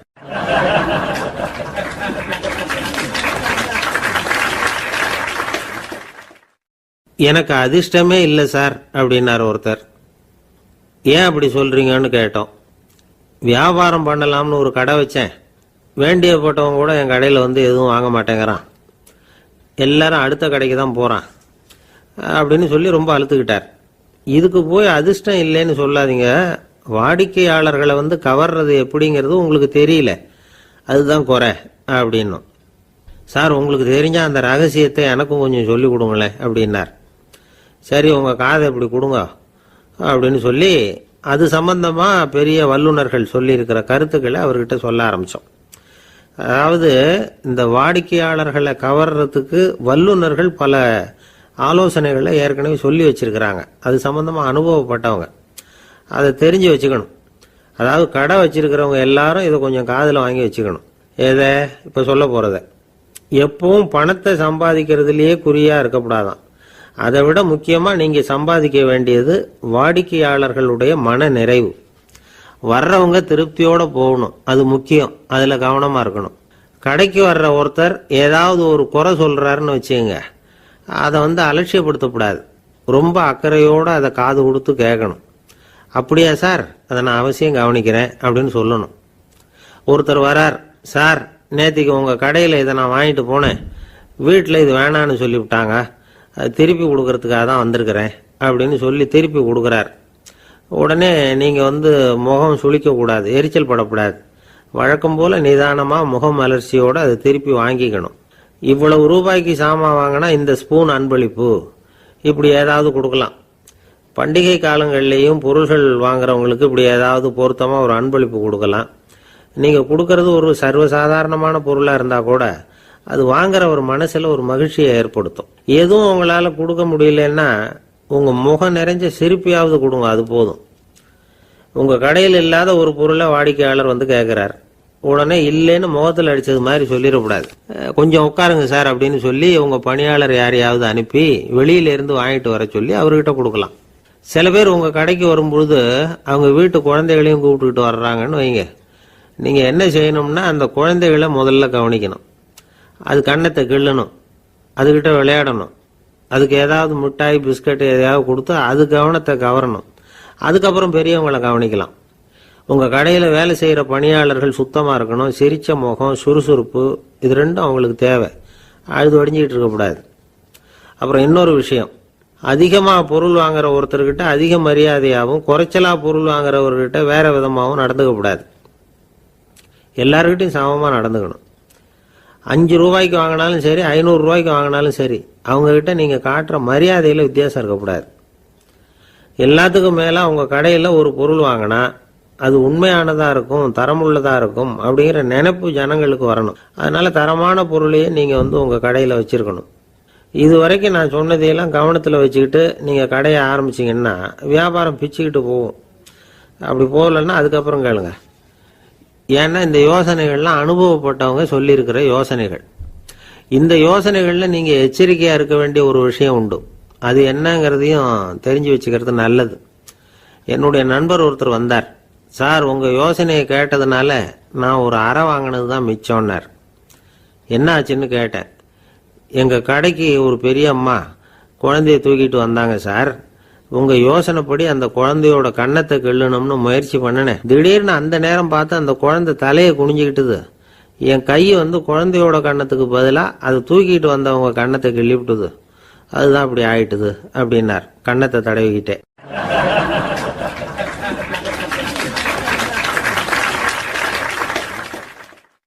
ஒரு நாள் ஒரு 10-15 பள்ளிக்கூடத்து பிள்ளைங்க தேடிட்டு வந்தாங்க. உங்களை பார்த்துட்டு தான் போகணும், அதுக்காக தான் வந்திருக்கோம்னாங்க. என்ன விஷயம்னு கேட்டோம். நாங்கள்லாம் கூடி ஒரு முடிவு பண்ணியிருக்கிறோம், அதை உங்ககிட்ட சொல்லணும் அப்படின்னாங்க.